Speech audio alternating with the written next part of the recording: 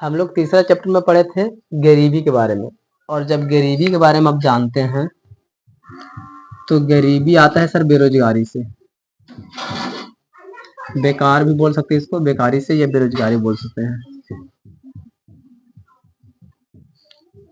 बेरोजगारी। Chapter number 3 का मेरा कॉन्सेप्ट था सर कि हम गरीब हैं, क्या कमी है, किसकी वजह से गरीब हैं, वो समझ में आया। लेकिन जो ओरिजिनल गरीबी के कारण है वो है सर बेरोजगारी, जो कि ये चैप्टर में हमको ये क्लियर किया जाएगा कि बेरोजगारी कितने तरह का होता है, कौन कौन सा बेरोजगारी है, हम किस बेरोजगारी में आते हैं, हम बेरोजगार है भी कि नहीं है। ये सारा सवालों का जवाब इसमें मिलेगा। और सरकार इसके लिए क्या किया है, बेरोजगारी दूर करने के लिए सरकार क्या किया है। जैसा ही बेरोजगारी दूर होगा गरीबी धीरे धीरे खत्म होने लगेगा, क्योंकि आदमी जब घर बैठल रहेगा तो खर्चा पानी कैसे चलेगा, उसके पास कुछ है भी नहीं तो खाएगा क्या। सिर्फ सरकार के द्वारा दिया गया राशन पानी, उतना से तो गुजारा होने वाला नहीं है लाइफ टाइम पूरा। तो सरकार कुछ न कुछ व्यवस्था किया है जिसकी वजह से हमको बेरोजगारी खत्म हो जाए। बेरोजगारी खत्म तो गरीबी खत्म, ठीक है। तो इस चैप्टर में आपको आधा जवाब उस चैप्टर का इसमें मिलने वाला है कि गांव में किस किस तरह का बेरोजगारी होता है, छुपा हुआ बेरोजगारी कैसन होता है, पढ़ा लिखा आदमी होकर भी बेरोजगारी होता है तो उसको कौन सा बेरोजगारी कहते हैं, शहर में कौन कौन सा तरह के बेरोजगारी होता है। ये सारा सवालों का जवाब इसी में मिलेगा, ठीक है। तो जैसा कि हमारा चैप्टर का नाम ही है हेडिंग में ही कि बेकारी। अब इसको बेकारी बोलो चाहे बेकार बोलो चाहे बेरोजगारी बोलो, बेरोजगार या बेरोजगारी, एक चारों में से पांचों में से कोई भी मतलब रहेगा, सब सेम है। बेकार, बेकारी, बेरोजगार, बेरोजगारी, काम नहीं मिलना, सीधी सीधी बात है। काम उसके पास नहीं है, उसका खर्चा चलाने के लिए वो कुछ नहीं कर रहा है, तब हम उसको बोलते हैं कि बेकार आदमी है। हम लोग घर में बोलते हैं ने ये बेगरिया बैठल है, तो बेगरिया भी बेरोजगारी ही है। तुम बेकार आदमी हो, तो बेकार आदमी का मतलब है कि तुम्हारे पास कुछ नहीं है, तुम कुछ करते ही नहीं हो, बाप की खाली कमाई खा रहे हो बैठल बैठल, तब उसको बोलते हैं बेकार आदमी।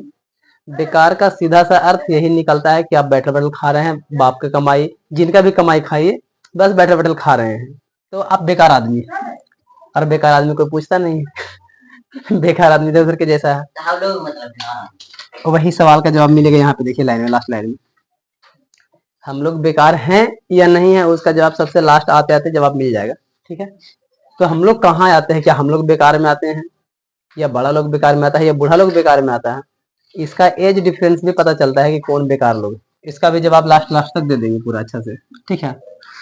तो पहले हम लोग हेडिंग से समझने की कोशिश करते हैं सर कि बेकार ही तो है बेरोजगारी, तो बेरोजगारी के जस्ट अपोजिट चीज भी हमको समझ में आना चाहिए कि जब बेरोजगारी है सर तो फिर रोजगार मतलब कोई चीज, क्योंकि रोजगार बेरोजगारी एक दूसरे का अपोजिट है, तो दोनों का मतलब समझेंगे तो ज्यादा अच्छा से समझ में आएगा।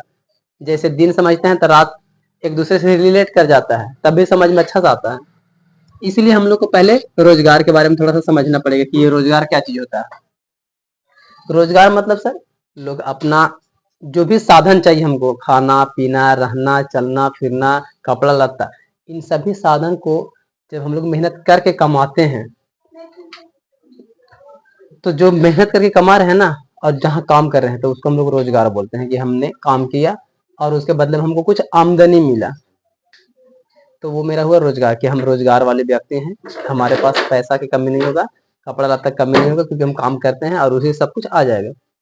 लेकिन बेरोजगार क्या हो जाता है, इसका जस्ट अपोजिट, हमको पास काम धाम नहीं है, कुछ नहीं है, बेगारिया बैठे हुए हैं और पैसा कौड़ी नहीं है, खाना की जरूरत पड़ेगा तो खाना नहीं मिल पाएगा, अगर कपड़ा लत्ता चाहिए तो कपड़ा लत्ता नहीं मिलेगा, क्योंकि फ्री में कोई आकर तुमको बांटने वाला नहीं है, ठीक है ना। तो वैसे व्यक्ति को हम लोग बोल देते हैं बेकारी या बेरोजगारी। तो सारा चीजें एक दूसरे से रिलेटेड है, इसलिए समझना भी जरूरी है, ठीक है। रोजगार क्या होता है सर, एक ऐसा क्रियाकलाप है जिससे कोई व्यक्ति जीवन यापन के लिए साधन अर्जित करता है। अब उसका जो भी साधन हो, साइकिल, मोटरसाइकिल, कपड़ा लत्ता, जूता चप्पल, कुछ भी जो भी उसके लिए जरूरी साधन पड़ता हो खरीदना, तो वो सब चीजें सर सब रोजगार में आता है, क्योंकि वो सब साधन जुटेगा कहाँ से, जब रोजगार उसके पास रहेगा। और रोजगार क्या है सर, एक काम धाम है, क्रियाकलाप है, काम धाम करना रोजगार है।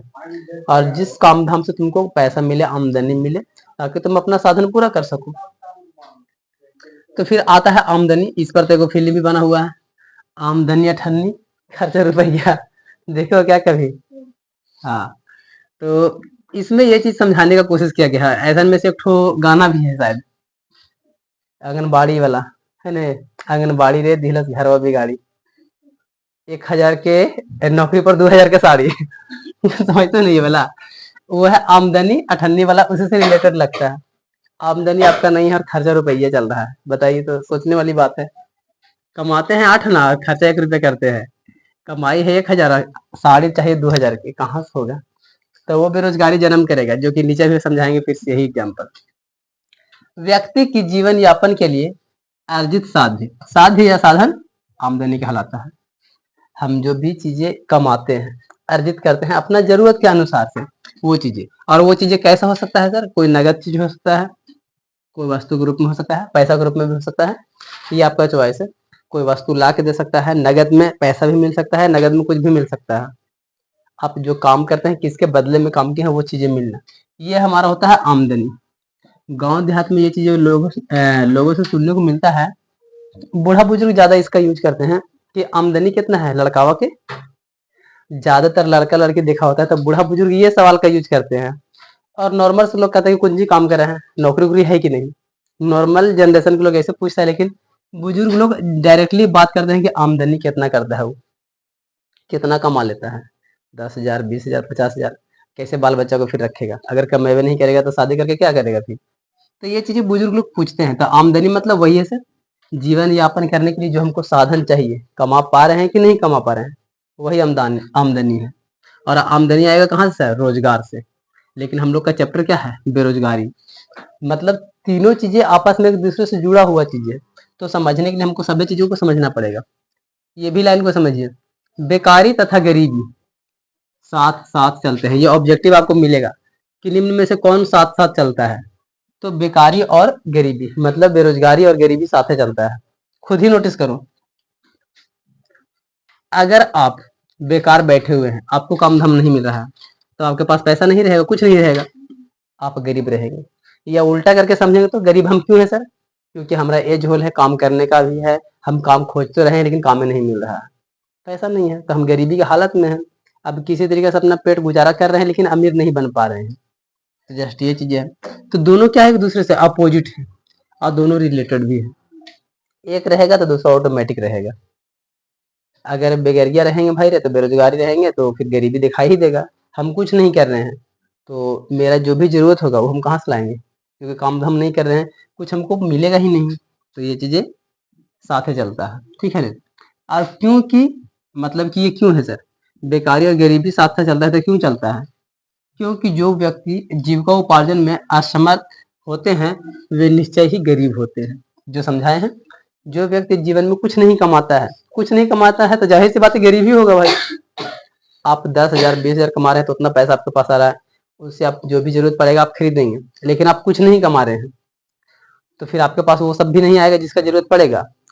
और जैसा ही जरूरत पड़ेगा नहीं मिलेगा तो आप गरीबी के श्रेणी में आएंगे, आपका तबीयत खराब होगा, आपके पास पैसा नहीं है, घुटन वाला लाइफ जीना, कपड़ा लत्ता जरूरत पड़ेगा नहीं मिलना, तो यही सब तो गरीबी का निशानी है, ठीक है।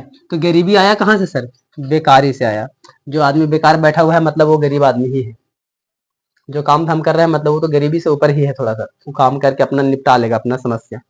लेकिन जो सिर्फ बेगरिया बैठा है वो नहीं कुछ कर पाएगा। अब एक्चुअल डिफिनेशन चलते हैं, यहाँ से चैप्टर मेरा स्टार्ट होता है। ये सब जो ऊपर ऊपर था जो थोड़ा सा बताना था कि हमारा रिलेटेड जो टॉपिक्स है बेकारी, उसमें से इम्पोर्टेंट चीजें है, रोजगार भी है, आमदनी भी है, और इसमें दोनों में संबंध भी है। अगर कभी ऐसे भी पूछ सकता है कि बेकारी तथा गरीबी में क्या संबंध है, तो लिखेंगे कि दोनों साथ साथ चलते हैं। अगर बेकारी रहेगा तो गरीबी भी रहेगा, ऐसे करके लिख सकते हैं, ठीक है ना, संबंध बोलेगा तब। तो हम बेकारी को समझते हैं स्पेशली, कमीन बेकारी माने बेरोजगारी ही समझते हैं, तो देर तो समझते ही आ रहे हैं, बट फिर भी यहाँ पर डिफिनेशन देखते हैं बुक में क्या कहता है। बेकारी एक आर्थिक समस्या है, वो तो सबको पता है जी कि बेरोजगार मतलब कि पैसा कौड़ी नहीं रहना, और आदमी रोजगार होता है तो पैसा कमाने के लिए होता है, तो ये आर्थिक समस्या होगी मेरा, क्योंकि पैसा नहीं आने वाला है। जब हम बेरोजगार रहेंगे तो पैसा कहाँ से आएगा, तो आर्थिक समस्या हो गई है। ऑब्जेक्टिव में ये चीजें देखने को मिलेगा यहाँ से, ये इतना तुम्हारा ऑब्जेक्टिव का आंसर हो गया। बेरोजगारी क्या है सर, या बेकारी क्या है सर, तो एक आर्थिक समस्या है। आर्थिक समस्या, निम्न में से कौन आर्थिक समस्या है? तो बेरोजगारी, बेकारी, ये चीजें, ठीक है। जिसका गरीबी से अधिक ऐसे घनिष्ठ संबंध है, मतलब दोनों साथ चलता है, गरीबी और बेरोजगारी दोनों साथ चलता है, दोनों में एकदम घनिष्ठ संबंध है। एक्चुअल जो हमारा डिफिनेशन से मिलेगा वो यहाँ से मिलेगा, ठीक है ना, एक्चुअल डिफिनेशन। ये सब चीजें थोड़ा सा इसके बारे में लेक्चर था, लेकिन एक्चुअल डिफिनेशन की बेकारी क्या है तो यहाँ से, अर्थव्यवस्था में व्यक्ति प्रचलित मजदूरी पर काम करना चाहता हो किंतु उसे काम नहीं मिले तो उससे हम लोग बोलते हैं बेकार या बेरोजगार, बेकारी या बेरोजगारी, जो भी बोले सब इसी को बोलते हैं। उसके अंदर क्षमता है काम करने का, काम खोज भी रहा है लेकिन काम नहीं मिल रहा है, तो बेरोजगार हो गया है। जिसको कुछ नहीं आता है, जैसे बच्चा है, बच्चा को कुछ नहीं आता है तो क्या वो बेरोजगार है? उसको आता ही नहीं तो क्या बेरोजगार है? उसको बेरोजगारी में नहीं गिनती किया जाएगा, ना ही रोजगार उसको चाहिए, ना ही बेरोजगार, वो अभी नॉर्मल सा लाइफ जीना चाहता है, ठीक है। उसका जिक्र करेंगे लास्ट में, ठीक है। तो ये चीजें हमारे पास में यहाँ तक समझ में आया। अगर इसी को दूसरा शब्द में बोलने का कोशिश किया जाए, बात करना बंद कीजिए, आप लोग को समझने के लिए बोलते हैं फिर भी आप लोग बतियाते रहते हैं। अब इसमें इसी को अगर हम देखा जाए तो दूसरा शब्द में अपना देहाती भाषा में क्या बोल सकते हैं?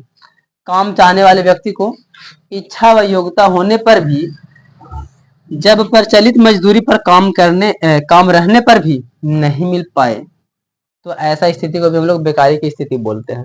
और ऐसा हम लोग को गांव में ज्यादातर देखने को मिलता है। गांव में काम है लेकिन कहेगा कि नहीं तोरा रखबे नहीं करो, दूसरा का रख लो लेकिन तोरा नहीं रखो। और आप पास टैलेंट है, अच्छा से कर सकता है, सभ्य आदमी से भी बढ़िया कर सकता है, लेकिन जानबूझ के नहीं रखेगा, थोड़ा होता है ना दुश्मनी वगैरह, तो हम तोरा रखेंगे ही नहीं, तो वो भी हमारा बेकारी का जन्म होता है। मतलब उसके पास काम है, स्किल है, अच्छा कर भी सकता है, लेकिन हम नहीं रखेंगे क्योंकि मेरा दुश्मन है, वो नहीं रखेंगे। दूसरा का रख लेगा जो नहीं जानता है लेकिन मेरा नहीं रखेंगे, तब भी हमारा स्थिति जो उत्पन्न हुआ वो बेकारी का ही स्थिति उत्पन्न हुआ है, ठीक है। और ये चीजें ऑलमोस्ट लगभग जगह पर देखने को मिल जाता है, दूसरा वाला डिफिनेशन, कि सब कुछ उसके पास में है लेकिन उसको काम नहीं मिलेगा क्योंकि दोनों में दुश्मनी बना हुआ है, ऐसा टाइप में होता है, जिसकी वजह से उसका योग्यता का कोई वैल्यू नहीं मिलता है, ठीक है।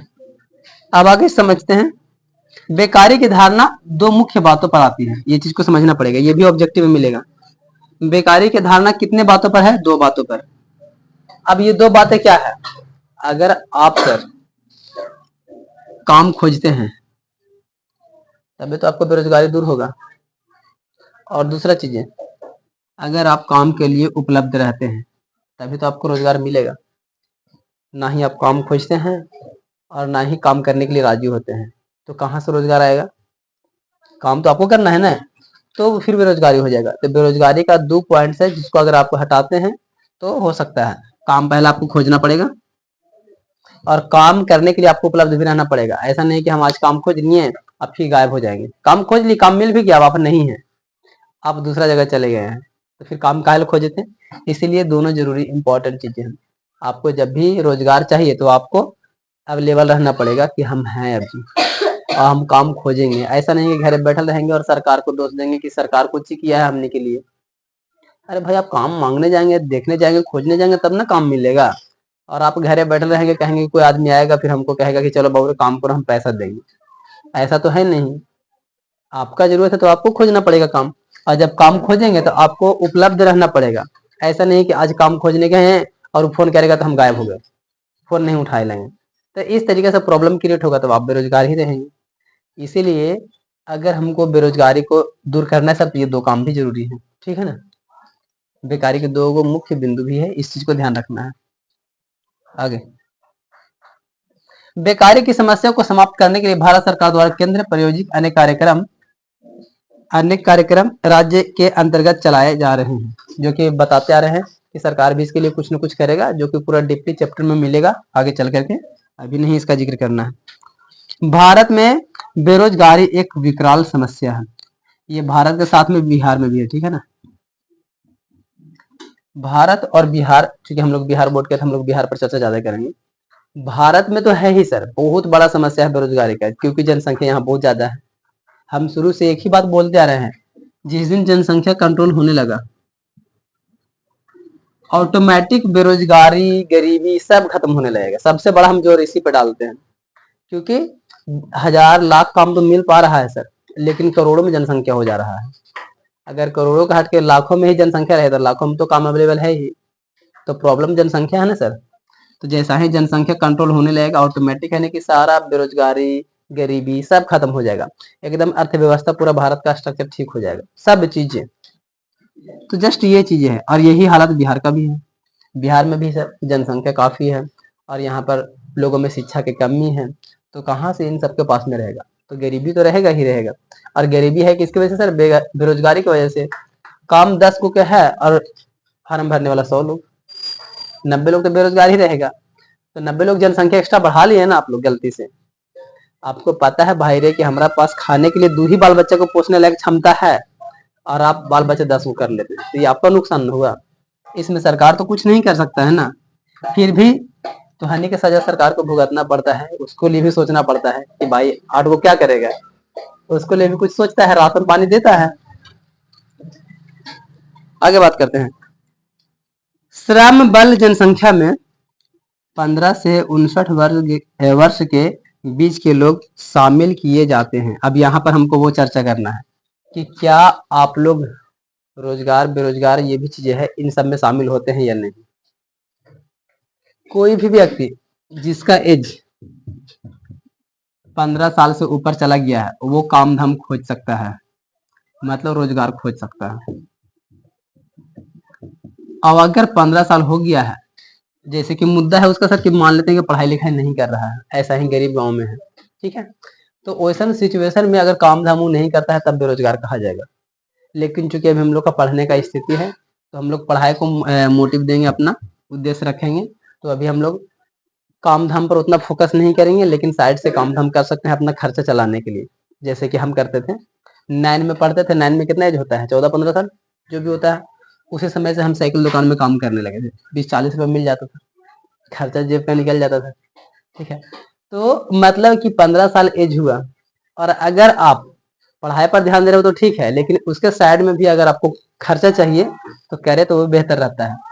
लेकिन 15 से नीचे जैसे 14 साल 13 साल यानी कि 8वां क्लास तक के लेकर के बात करें तो पहला से लेकर 8वां या पैदा हुआ तहिया से 8वां क्लास तक पढ़ते दौरान में काम नहीं करना होता है। और उसमें कानून भी बनाया गया है कि अगर आप 14 साल के आसपास में काम करते तो आपको फिर बाल मजदूर का कानून लगा करके और जेल में डाल दिया जाएगा, तो आप उससे काम भी नहीं करा सकते हैं। लेकिन 14 के बाद प्लस होता है 15, तो आप काम करा सकते हैं, लेकिन डिपेंड पड़ता है कि उसको काम करना है कि नहीं, क्योंकि बेरोजगार हम उसको नहीं बोल सकते हैं जो काम नहीं करना चाहता है। मान लेते हैं कि हमको काम नहीं चाहिए सर, हमको ज्यादा पैसा भी नहीं चाहिए, जितना हम उतना में ठीक है, तो फिर हमको कोई नहीं कहेगा कि ये बेरोजगार पड़ा हुआ है, क्योंकि हम अपना इच्छा से हम ऐसे हैं। बेरोजगार हम उसको कहेंगे जिसको पैसा चाहिए ही चाहिए, उसका जरूरत है, चाहे करोड़ों चाहिए चाहे लाखों चाहिए, और उसके लिए मेहनत करना चाहता है और उसको नहीं मिला काम, तब बेरोजगार कहेंगे। ऐसा नहीं कि हम नहीं चाहते हैं काम, हमको 2-4 लेकर का पढ़ा देते हैं, हमको पढ़ाने में मजा आता है, पढ़ा देते हैं समझा देते हैं, हमको पैसा को उतना लगाव नहीं, तो हम कहेंगे कि हम बेरोजगार नहीं है, क्योंकि हमको इच्छा नहीं है और हम वो सब चीजें नहीं चाहते हैं।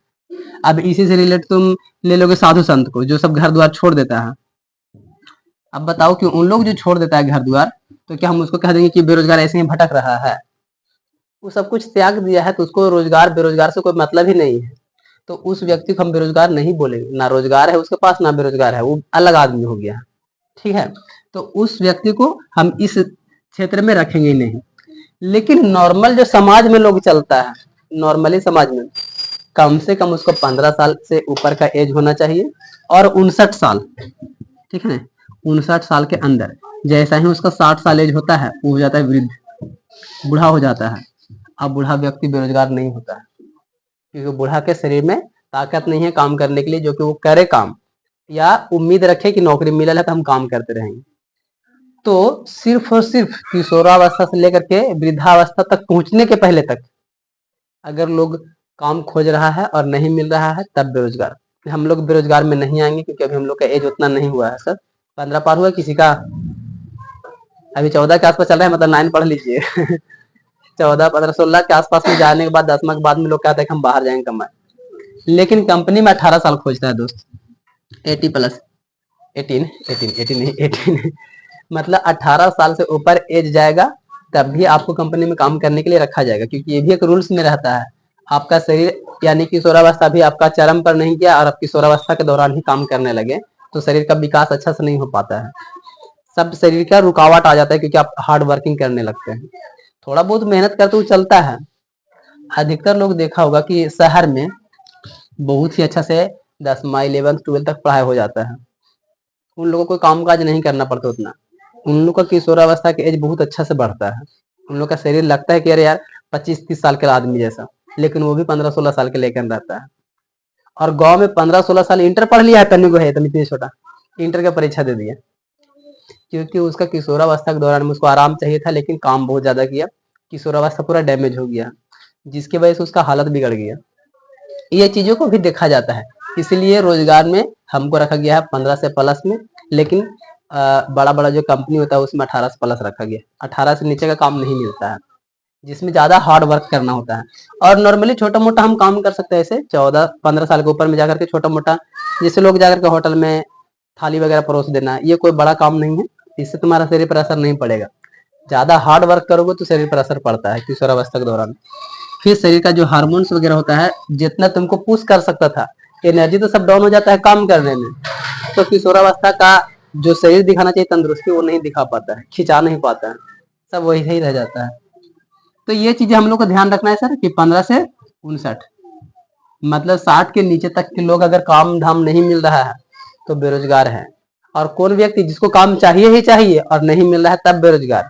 हमको नहीं कहेंगे कि ये बेरोजगार पड़ा हुआ है, घर में बोल देते हैं, लेकिन हम नहीं मानते कि हम बेरोजगार हैं, क्योंकि हमको रोजगार से कोई लेना देना नहीं होता। जो हमको चाहिए हमको मिल रहा है, बात खत्म होगी। ठीक है, तो ये चीज को ध्यान देंगे। उसके बाद हम लोग बात करते हैं कि बेरोजगार के प्रकार। बेरोजगार के क्या प्रकार होता है, कितना प्रकार होता है। अगर भारत में और बिहार में देखा जाए तो बेरोजगार को दो कैटेगरी में बांटा गया है, एक गांव के लोग, एक वो शहर के लोग। शहर में भी बेरोजगारी होता है, गांव में भी बेरोजगारी होता है। तो इसका भी चीजें है, इसमें दिखा देते हैं, थोड़ा सा लिख लिया होगा ये वाला चीज, ठीक है ना। हालांकि मेरे पास जगह नहीं था तो हम नहीं लिखे। देखो, गांव में बेरोजगारी कौन कौन से तरह का होता है, तो मौसम की बेरोजगारी, छिपा हुआ बेरोजगारी और प्रचंड बेरोजगारी। और शहर में होता है शिक्षित बेरोजगारी, औद्योगिक बेरोजगारी और तकनीकी बेरोजगारी। इन सभी पर हम लोग डीपली चर्चा करेंगे, क्योंकि इसी पर तो पूरा चैप्टर बना हुआ है।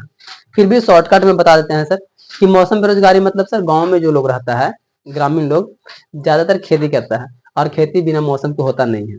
और सबके पास उतना मोटर्स वगैरह का व्यवस्था तो है नहीं कि सब लोग खेती करेगा अपना दम पे।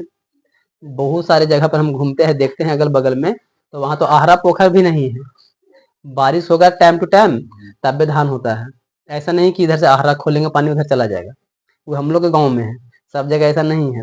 तो बारिश जब तक होता है तब तक धान होता है।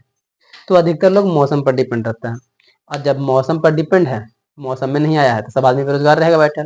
खेती नहीं हुआ, धान घास निकौनी नहीं हुआ, कुछ नहीं हुआ, पड़ा हुआ है। छिपा हुआ बेरोजगारी से मतलब कि काम है 2 आदमी के, उसमें 20 आदमी लगल है, 18 आदमी फालतू के। या यूं कह लो कि जहाँ 20 आदमी काम है, वहां पर जो 25 आदमी लगा दिए, 5 को घुसा दिए जानबूझ के, ताकि पैसा बने, लेकिन उस आदमी से काम में कोई फर्क नहीं पड़ रहा है, बस ऐसे ही बैठा हुआ है, घूम फिर रहा है, टहल रहा है। तो उसको हम लोग बोलते हैं छिपा हुआ बेरोजगारी, और परछन इसी को बोलते हैं, जिससे कोई कमाई या किसी का असर ही ना पड़े काम पर, जिसकी वजह से। ठीक है, शहर में क्या होता है सर, शिक्षित बेरोजगारी, लोग पढ़े लिखे हैं लेकिन उसको काम ही नहीं मिल रहा है, तो शहर में ज्यादातर शिक्षित बेरोजगारी देखने को मिलता है। गांव में तो लोग उतना पढ़ता भी नहीं है, 10वां करने के बाद बाहर ही भाग जाता है डायरेक्ट, लेकिन उतना एजुकेटेड होकर के काम नहीं ढूंढता है जितना शहर वाले लोग करता है। पूरा बड़ा बड़ा डिग्री लेने के बावजूद काम नहीं मिलता है, तो वो शहर का मैटर है। औद्योगिक बेरोजगारी, फैक्ट्रीज वगैरह तो है, फैक्ट्री में जगह नहीं है आदमी का, बेरोजगारी हो गया। तकनीकी बेरोजगारी, जो टेक्नोलॉजी आज के जमाना में चल रहा है, उसमें लोग काम करना चाहता है कि हमको टेक्नोलॉजी के एरिया में ज्यादा जाना है, लेकिन टेक्नोलॉजी में लोगों को काम नहीं मिल पा रहा है, क्योंकि पढ़ाई वो किया टेक्नोलॉजी का, और तुम दे रहे हो धान काटे के, तो सूट करेगा उसको, तो बेरोजगार रहेगा बेचारा। पढ़ाई जिस लेवल का किया है, अगर काम उसको अपोजिट मिलेगा तो करेगा नहीं, क्योंकि उसको आता नहीं है ना बढ़िया से। तो लोग कहेगा कि जो मिलता है करना चाहिए, करना चाहिए, मजबूरी में तो हो ही जाता है। मजबूरी में तो आदमी ईटा भी ढो लेता है, लेकिन उसके लिए वो नहीं ना बना था, वो पढ़ाई कुछ और के लिए किया था, वहां नहीं मिला काम, तो उसको हम बेरोजगारी वहां पर कहेंगे, ना कि सब जगह पे।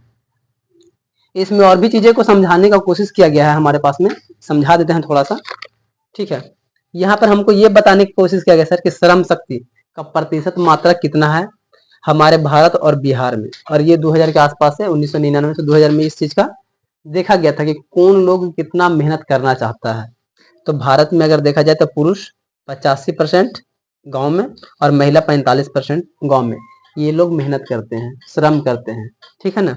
और मेहनत करने वाले एज क्या है सर, 15 से प्लस, समझ लीजिए वो सब चीजें। और अगर शहर में देखा जाए तो 78%, 20% महिला, टोटली अगर जोड़ा जाए तो 51% कुल मिलाकर के परसेंटेज में निकाला जाए दोनों को कैलकुलेट करके तब। मतलब सर गांव में लोग ज्यादा मेहनत कर रहा है, शहर में लोग कम मेहनत कर रहा है, ठीक है ना, इससे ये पता चल रहा है। अगर बिहार में देखा जाए सर तो बिहार में भी गांव में इसी तरीका से चल रहा है, 86%, 28%, और टोटली अगर परसेंटेज निकालते हैं तो 59-60 के आसपास। और यही चीजें बिहार के शहरी एरिया में सर 75, 12 और 48 अगर टोटल किया जाए तब। इसमें भी देखा जा रहा है कि महिला लोग कम काम कर रही है। ओवरऑल देखा गया है सर कि महिला लोग के अंदर श्रम शक्ति उतना नहीं है या करना नहीं चाहती है खटने वाला काम, तो श्रम नहीं कर रही है, लेकिन पुरुष लोग खूब काम कर रहा है। और इसी तरीके से यहाँ पर भी एक चीज और समझाया गया है कि भारत एवं बिहार में ग्रामीण तथा शहरी बेरोजगारी दर, कि कितना दर से बेरोजगारी बढ़ रहा है, ये कितना दर है। तो अगर गांव में देखा जाए सर तो पुरुष का जो है 7% बेरोजगारी है देखने को मिलता है यहाँ पे, और शहर में वही 7% वहां दर भी देखने को मिल रहा है। महिला भी 7% गांव में, शहर में महिला 9%। मतलब कि शहर में सर लेडीज लोग काम करती है, काम ढूंढने जाती है, लेकिन काम नहीं मिलता है। हम लोग के भले ही गांव में लेडीज लोग नहीं काम करते, सिर्फ घर द्वार संभाल लेती हैं, लेकिन शहर में घर वो देखना है, बाल बच्चा को भी देखना है, फैक्ट्री भी काम करने जाना है, ऑफिस जाते हैं तो ऑफिस भी जाना पड़ेगा। क्योंकि शहर का माइंडसेट होता है कि सब कुछ अपने आप पर रखे, यानी सेल्फ डिपेंड रहे। कोई चीज का जरूरत हो तो हमको हस्बैंड से उतना हाथ ना पसारना पड़े, क्योंकि हस्बैंड के खर्चा और दोनों को मिक्स करते हैं तब एक अच्छा लाइफ मिलेगा। खाली एगो के भरोसे रहेंगे तो लाइफ नहीं चल पाएगा बढ़िया से। इसीलिए लेडीज लोग भी शहर में काम करते हैं, जिसकी वजह से परसेंटेज बढ़ा हुआ है, ठीक है। और टोटली किया जाए सर तो 7% के अप्रोक्स चल रहा है, 7.20, 7.70, तो मतलब लगभग 7 ही चल रहा है ये। बिहार के अगर देखा जाए यही चीज सर तो 7% यहाँ पर भी पुरुष, और शहरी में 8% पुरुष बेरोजगार तो है भाई, ये भी हम भी मानते हैं। महिला सर 6%, और यहाँ पर शहर में 13%। बिहार के जो शहर में लोग रहता है वो भी काम करते हैं, मतलब महिला लोग शहर के काम करते हैं, सिर्फ गांव के थोड़ा सा घरेलू में ही रह जाते हैं, गोबर बाढ़न तक ही सीमित। लेकिन वहां पर उन लोगों को 12-12 घंटा काम भी करना पड़ता है जाकर के वहाँ फैक्ट्री में। अब अगर कुल मिलाकर के देखा जाए परसेंटेज तो यहाँ पर भी 7%। अब अगर शहर में देखा जाए तो 9% के आसपास। इतना हमारे यहाँ का बेरोजगारी का समस्या है, और बेरोजगारी जैसा ही खत्म होगा तो ऑलमोस्ट हमारा गरीबी अपने आप खत्म हो जाएगा, क्योंकि एक दोनों दूसरा दोस्त है। जब ये खत्म होगा तो वो भी खत्म हो जाएगा, ठीक है। तो या इसके बाद हम लोग स्टार्ट करेंगे जो सारा बेरोजगारी का बात किया गया है, मौसमी वगैरह ये सब का, तो ग्रामीण बेरोजगारी फिर शहरी बेरोजगारी, उनके अंदर का जो तीनों पार्ट्स है वो सारा चीजें, और वही इम्पोर्टेंट हमारा टॉपिक रहेगा। उतना समझोगे तो अपने आप को देख पाओगे कि हम कौन सा बेरोजगारी में शामिल है। क्योंकि अभी तुम लोग तो पढ़ाई लिखाई में जा रहे हो तो तुम लोग को उतना नहीं समझ में आएगा कि हम लोग कहाँ बेरोजगारी में है। पढ़ाई होने के बाद इसका जरूरत पड़ेगा कि अब तो पढ़ाई खत्म और एज भी हो गया है, घर में काम करने वाला भी कोई नहीं है, काम करना भी है, तो हमको कौन सा काम में जाएंगे, और हम कहीं बेरोजगार हुए तो हम कौन कैटेगरी में आएंगे। जिस कैटेगरी में आएंगे उसके लिए सरकार क्या किया है, आप उस चीज को सर्च करेंगे कि ये काम है तो हम वहां पर फाइल कर सकते हैं, मतलब कि जॉब के लिए अप्लाई कर सकते हैं। क्योंकि हम क्या बताया गया था कि काम खोजना पड़ेगा भाई रे, अगर हम बेरोजगार है तो, और फिर काम के लिए हमको उपलब्ध रहना पड़ेगा, जब भी फोन किया जाए, कॉल किया जाए, आपका लेटर आए तो आप ज्वाइनिंग के लिए जा सके। ये दोनों काम आपको सोच लेना है पहला ही से कि हम इस कैटेगरी में हैं और इस कैटेगरी में फॉर्म भरेंगे, काम मिलेगा तो हमको अवेलेबल होना है। ऐसा नहीं कि आज इंटरव्यू देने जाना है और आज हम मोरी कबाड़ रहे हैं बैठ के खेत में, ऐसा तो नहीं करना है ना, तब ना आपको रोजगार मिलेगा। तो ये सारा चीजें आगे हम लोग भी सीखेंगे, सरकार क्या क्या किया है वो सब चीजें, कैसे हम बेरोजगारी को दूर कर सकते हैं वो सब चीजें भी। अब हम लोग बात करेंगे स्पेशली ग्रामीण बेरोजगारी और शहरी बेरोजगारी पर। ये दो ही को बात करेंगे अभी फिलहाल के लिए, आगे बात करेंगे फिर इसका कैसे हम उपाय कर सकते हैं, कैसे उपाय ढूंढ करके इसको खत्म कर सकते हैं। लेकिन पहले कारण तो जान ले कि आखिर है क्या क्या चीजें, तो इसको हटाएंगे, ठीक है। ग्रामीण बेरोजगारी क्या होता है और ये शहरी बेरोजगारी क्या होता है, अब इसको भी समझना है। बात तो दोनों में सेम है। बेरोजगारी, हम जानते हैं बेरोजगारी माने सर काम धाम नहीं है, लोगों के पास स्किल है लेकिन उतना मौका नहीं मिल रहा है, तो काम नहीं मिल रहा है तो फिर बेरोजगार है। लेकिन यहाँ पर गांव जब बोल रहा है ग्रामीण, तो ये स्पेशली गांव से रिलेटेड है कि गांव में काम ना मिलना, और जब शहर के बात कर रहा है तो शहर में काम ना मिलने की बात हो रहा है। तो हम लोग गांव में कौन कौन सा दृष्टि से देख सकते हैं कि गांव में इस तरह से काम नहीं मिल सकता है। गांव में ज्यादातर देखने को मिलता है मौसम, क्योंकि गांव में ज्यादातर खेती होता है, और खेती आज के जमाने में इतना विकास नहीं हो रहा, खास करके भारत और बिहार की बात किया जाए, क्योंकि हम लोग अपना देश और अपना राज्य की बात ज्यादातर करेंगे क्योंकि हम लोग बिहार बोर्ड के हैं। तो इस दौरान में लोग ज्यादातर डिपेंड है मौसम के आधार पे। खेती होगा, बारिश होगा तब, बारिश नहीं होगा तो खेती नहीं होने वाला है। तो ऐसा सिचुएशन में हम लोग को जो पहला बेरोजगारी दिखता है गांव में, वो होता है मौसमी बेरोजगारी। गांव का सबसे नंबर 1 बेरोजगार मौसम के आधार पे।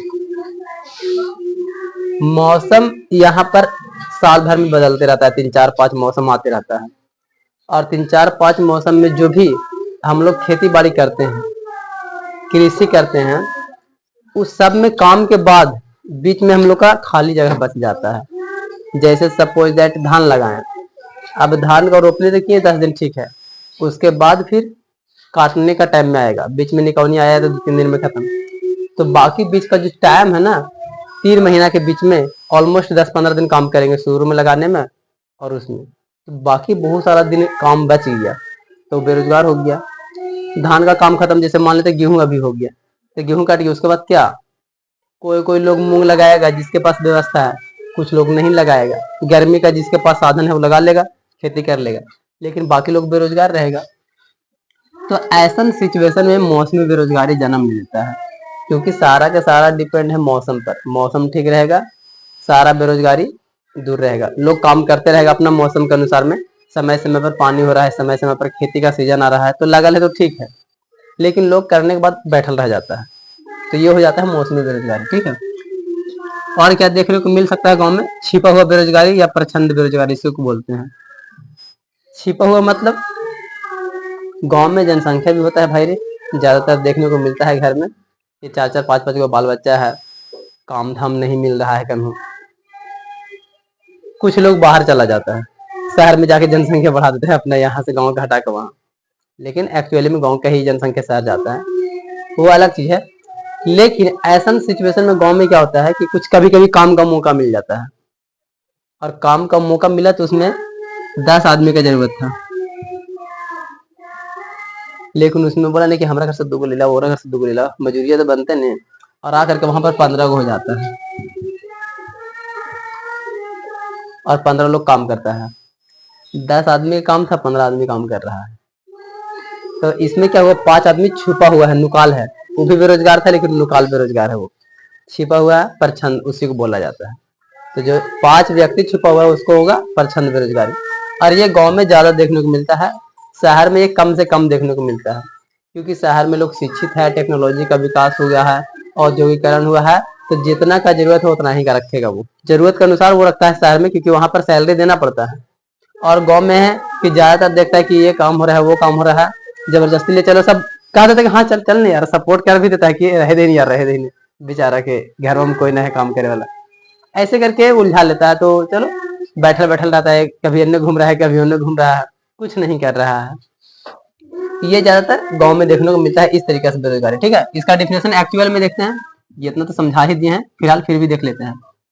मौसम में परिवर्तन द्वारा उत्पन्न बेकारी को हम लोग बोलते हैं मौसमी बेरोजगारी। अगर डिफिनेशन से बोलना रहेगा तो इस तरीके से बोलेंगे, ठीक है, बाकी चीजें समझा दी हैं। या इसी चीज को हम बदल कैसे बोल सकते हैं कि खेती के मौसम में काम मिलना और खेती के मौसम ना होने के कारण काम ना मिलने की स्थिति को मौसमी बेरोजगारी माना जाता है। खेती का टाइमिंग है सर, चलो ठीक है, तो टाइमिंग है तो थोड़ा बहुत काम कर ले रहे हैं 10 दिन 15 दिन, उसके बाद तो फिर आराम ही करेंगे, चलो खेती खत्म हो गया, कटनी उटनी कर ली, उसके बाद क्या फिर बैठल रह जाएंगे ना। तो एक्चुअली में अब आया बेरोजगारी, तो ये हुआ मौसमी बेरोजगारी। ठीक है, क्योंकि अब मौसम हमारा गर्मी का आ गया है, अब खेती वाला वो वाला टाइम में नहीं है, अब अभी सब पूरा जमीन दम सूख जाता है, तो क्या करेगा, आराम से बैठल रहेगा, लहरिया में कहाँ जाएगा, जिसके पास साधन है वो मूंग वगैरह कर लेता है, थोड़ा बहुत काम धाम, लेकिन जिसके पास नहीं साधन है वो कुछ नहीं करता है। ठीक है, तो ये भी हमारा हो गया। इस तरीके से हम लोग मौसमी बेरोजगारी को समझ सकते हैं। इस प्रकार की बेरोजगारी मुख्य रूप से कृषि क्षेत्र में ज्यादा पाया जाता है। इस चीज को आप ध्यान रखेंगे, ऑब्जेक्टिव बन जाता है आराम से। मौसमी बेरोजगारी ज्यादातर कृषि क्षेत्र में ज्यादा देखा जाता है, जहाँ खेती बाड़ी होता है। जहाँ खेती नहीं होता है तो वहां पर मौसम की क्या मतलब है? हमको फैक्ट्री में जाना है तो मौसम से लेना देना थोड़ी हमको है। फैक्ट्री चल रहा है, चलो काम करें। फैक्ट्री में तो अंदर काम करना होता है, उसमें थोड़ी कि खेत लगाएंगे पानी आएगा तब दे। वहां जैसे चल रहा है वैसे चलते रहेगा। पढ़ने जाना है तो इसमें मौसम का इंतजार करेंगे? अंदर पढ़ना है ना दोस्त। कोई भी काम करना है, गैरेज में काम करना है, चाहे कोई भी अलग सा काम ले लो खेती छोड़ करके, उसमें मौसम से कोई मतलब नहीं होता है। जस्ट काम करिए भाई, कभी ज्यादा काम मिलेगा कभी कम काम मिलेगा, ये होगा लेकिन काम मिलेगा। लेकिन कृषि में वही मौसम में आपको काम करना पड़ेगा तबे फसल होगा, और पानी नहीं होगा तो उस समय में भी आप कुछ नहीं करेंगे। मान ले जाए कि मान ले जाए कि हम लोग अगर देख लेते हैं कि आगे धान का सीजन, अब हम लोग को मोरी वगैरह बुनना है, पानी ही ना होवे तो अकाल पड़ जाता है, सूखा पड़ जाता है, वो पूरा टाइम बेकार हो गया। फिर हम लोग का 6 महीना गया काम से, काय कि उधर भी नहीं पानी हुआ, फिर आने वाला टाइम में फिर हम लोग आगे का प्रोसेस भी नहीं कर पाए। तो वो भी क्योंकि जब तक धानमा नहीं होगा, पंजे न बरसेगा तो गेहुमा के टाइम में कैसे पानी बरसेगा? जाहिर सी बात है, धानमा के टाइम में धीरे धीरे करके मिट्टी को नमी बना के रखता है, ताकि गेहूं के टाइम में उपज थोड़ा सा रहता है जमीन में नमी, तो वो जुताई करने के बाद हम लोग लगा लेते हैं। अब पानी ही नहीं होगा तो फिर वो कैसे होगा? तो कुल मिलाकर के देखा जाए तो गांव में और खेती बाड़ी में ज्यादातर मौसम वाला बेरोजगारी देखा जाता है, ना कि शहरी में या उद्योग धंधा में या तो फिर कोई भी शोरूम्स वगैरह, इन सब से कोई मतलब नहीं है। औद्योगिक और सेवा क्षेत्र में मौसम से कोई मतलब नहीं है। प्राथमिक क्षेत्र यानी कि कृषि क्षेत्र में ही से ये मौसमी बेरोजगारी देखने को मिलता है। ठीक है, आगे बात करते हैं। भारत की कृषि मानसून पर निर्भर है, ये ऑब्जेक्टिव बन सकता है। भारत की कृषि मानसून पर निर्भर है मतलब मौसम के आधार पर डिपेंड है। मौसम के आधार पर खेती यहाँ चेंज होते रहता है। ठीक है, मानसून के बारे में हम लोग भूगोल में पढ़ेंगे पूरा डिटेल में, चैप्टर उस पर बनाया गया है, जो हमेशा परिवर्तन रूप में रहता है। और जब मौसम परिवर्तन रहेगा तो बेरोजगारी भी होते रहेगा, आते रहेगा, फिर जाते रहेगा। मतलब कि बेरोजगारी है कुछ दिन तक, फिर खेती का टाइम आ गया, थोड़ा बेरोजगारी खत्म हुआ, फिर खेती का टाइम खत्म, फिर बेरोजगारी आ गई। क्योंकि मौसम बदल रहा है तो मौसम के अनुसार आना जाना होते रहेगा उसका। अब छिपी हुई बेरोजगारी को समझ लेते हैं। छिपी हुई को ही हम लोग बोलते हैं परछन भी हुई बेरोजगारी, परछन बेरोजगारी। ठीक है, किसी काम में 5 लोगों की आवश्यकता होती है, लेकिन उनमें 8 लोग लगे होते हैं। इसमें जो 3 को अतिरिक्त माने एक्स्ट्रा जो आदमी है, जो लोग है, उसी को हम लोग बोलते हैं परिच्छन या अदृश्य बेरोजगारी। वो छुपा हुआ बेरोजगार आदमी है, बेचारा काम नहीं मिला तो आके घुस गया उरे में कि चल यार थोड़ा हमरो लगा ले यार। ऐसे होता है ना गाँव में, ढलैया चल रहा है 20 आदमी 25 आदमी के, अरे एगो रखी रही तो का हो जीते यार, रख ले ही नहीं काम में आ जीते तनी मैंने कर। अब इन्हें सुनने ई कोना सो कोना खाली घूमते रहता है ऊपरे जा करके, तो वो बेरोजगार है। पैसा दिन भर का बन गया होगा उसका 400-500। तो कुछ इस तरीका से होता है गांव में, ज्यादातर ये सब देखने को मिलता ही मिलता है। ढलैया वाले रख ले 2-4 गो के एक्स्ट्रा, बेचारा पैसा बनते रहता है।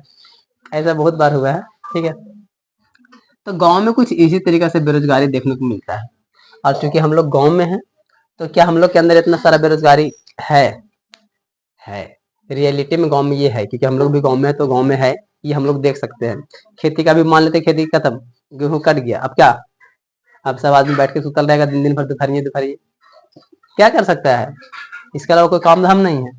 अब यही जो पैदावार की इसी को खाएगा साल भर, और कोई काम धाम है नहीं, तो विकास कितना होगा इससे? खाली खाते ही रहेगा ना, विकास का माध्यम कहाँ मिले फिर उतना? और जो खेती किया उससे खाना साल भर है यही चीज से, तो जाहिर सी बात है उससे कितना प्रॉफिट निकाला होगा। जो भी खेत होगा, जिसके पास बड़ा बड़ा होगा ना खेती, 10 बीघा 20 बीघा 1 2 4 5 एकड़, ये सब चीज उन लोगों को प्रॉफिट निकल जाता है। वो लोग एक बिजनेस माइंडसेट से खेती करता है, उसके घर में ट्रैक्टर रहेगा, काम करेगा, तो वो एक तरह का उसका व्यापार हो गया, बिजनेस माइंडेड हो गया है। लेकिन जिसके पास 10 कट्ठा है 12 कट्ठा है, वो क्या करेगा? उतना में साल भर चलाना भी है, खत्म भी हो जाता है बीच में अनाज, तो फिर क्या करेगा?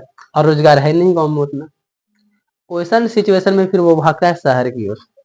तो अब चलते हैं शहरी बेरोजगारी में, कि शहर की ओर गया भाई, तो शहर में किस तरह का बेरोजगारी देखने को मिलता है, वहां भी बेरोजगारी है भाई। ठीक है, शहर का जो सबसे पहला है बेरोजगारी वो है शिक्षित बेरोजगारी।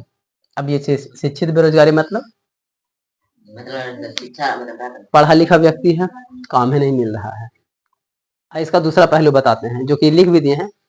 पढ़ा लिखा व्यक्ति है, काम नहीं मिला, शिक्षित बेरोजगारी है। लेकिन इसका एक्चुअल जो मीनिंग है वो इसका उल्टा है, जो कि लोग नहीं बताना चाहते हैं। एक्चुअल बात यह है ना कि पढ़ा लिखा लोग बेरोजगार नहीं होता है, उसको गलत तरीका से पढ़ाया गया है, जिसके वजह से उसको पढ़ाई का मतलब नहीं बनता है और उसको लगता है कि हम पढ़ा लिखा होकर बेरोजगार हैं। मेन मीनिंग ये है, अगर आपको सही ढंग से पढ़ाया जाए, आपको सही रास्ता पर ले जाया जाए, तो आप उस पढ़ाई का इस्तेमाल करके फायदा ले लेंगे। ऐसा थोड़ी है कि बैठल रहेंगे सिर्फ कि ए प्लस बी का होल स्क्वायर जब तक क्वेश्चन नहीं हल करेंगे तब तक नौकरी नहीं मिलेगा। ये कौन पढ़ाई का मतलब हुआ? पढ़ाई का मतलब ये थोड़ी हुआ है कि एग्जाम में पास करना है। एक्चुअल में पढ़ाई का मतलब हुआ कि हमारा लाइफ में जब जरूरत पड़े उसका तो काम आ जाए, जस्ट ये हुआ है। तो सीधा सा कहने का मतलब है कि जो शहर में शिक्षित बेरोजगारी है उसमें सबसे बड़ा प्रॉब्लम ये है ना कि शिक्षा का प्रचार प्रसार इतना धूमधाम से किया जाता है कि यहाँ ये खुल गया, वहाँ वो खुल गया, पढ़ाई का व्यवस्था बढ़िया हो गया। लेकिन एक्चुअली में पढ़ाई को उन लोग का अपना लाइफ से रिलेटेड नहीं रिलेट किया जाता है। बस पास होना है, एग्जाम में अच्छा नंबर लाना है, इस तरीका से माइंडसेट पढ़ाई का चेंज है, जिसकी वजह से उसको रोजगार बेरोजगार कुछ समझ में नहीं आता है। अगर उसका माइंडसेट ही चेंज कर दिया जाए कि ये रखो और इसी कैटेगरी में वो रहेगा, तो वो माइंडसेट के अनुसार ही काम करेगा, वो बेरोजगार नहीं रहेगा। तुम कोई भी बड़ा बड़ा यूनिवर्सिटी उठा लो, नालंदा यूनिवर्सिटी, ये तो भाई पुराना हो गया है, अब हटाओ इसको, इसको साइड करते हैं। जैसे कि लंदन से लोग पढ़ के आता है, अमेरिका से पढ़ के आता है, कोई दूसरा एरिया से पढ़ के आता है, शहरी एरिया से, तो क्या हम लोग उसको बोलते हैं कि बेरोजगार बैठल है? वहां का जो माइंडसेट है पढ़ाने का वो तरीका ही चेंज कर देता है। पढ़ाई जैसे यहाँ हो रहा है वैसे वहां भी होता है, लेकिन दिमाग वो घुमा देता है पूरा। इस पढ़ाई से आपको ये काम भी करना है, आपको काम मांगने नहीं जाना है। काम मांगेगा आप इमरजेंसी में, लेकिन आपको काम देने के लिए तैयार होना है। ऑटोमेटिक है कि बेरोजगारी खत्म हो जाता है। तुम भी काम मांग रहे हो, वो भी काम मांग रहा है, मांगने वाला की संख्या बहुत ज्यादा है और काम देने वाला की संख्या ही नहीं है, तभी तो बेरोजगारी दिख रहा है ना। आज शहर में सबसे बड़ा माइंडसेट ऐसा ही है कि एजुकेटेड लोग हैं, लेकिन एक्चुअली में एजुकेशन के बारे में उसको उतना नॉलेज भी नहीं है।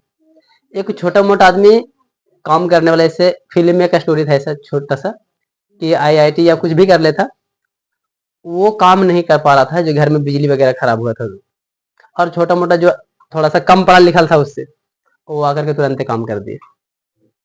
तो ऐसा सिचुएशन में तुम खुद सोचो कि पढ़ाई का माइंडसेट कैसा बनाया गया है। अगर पढ़ाई का माइंडसेट उसी चीज से रिलेट किया जाए तो वो उसमें हमेशा सक्सेस रहेगा, मतलब कि बेरोजगारी आएगा ही नहीं, हमेशा रोजगार मिलते रहेगा। अगर पढ़ाई का क्षेत्र सिर्फ नंबर लाने तक रहेगा तो उसका पढ़ाई का कोई मतलब नहीं है। सिर्फ कहने के लिए है कि शिक्षित है, लेकिन एक्चुअली में शिक्षित नहीं है ना, क्योंकि उसको जो चाहिए था वो नहीं मिला।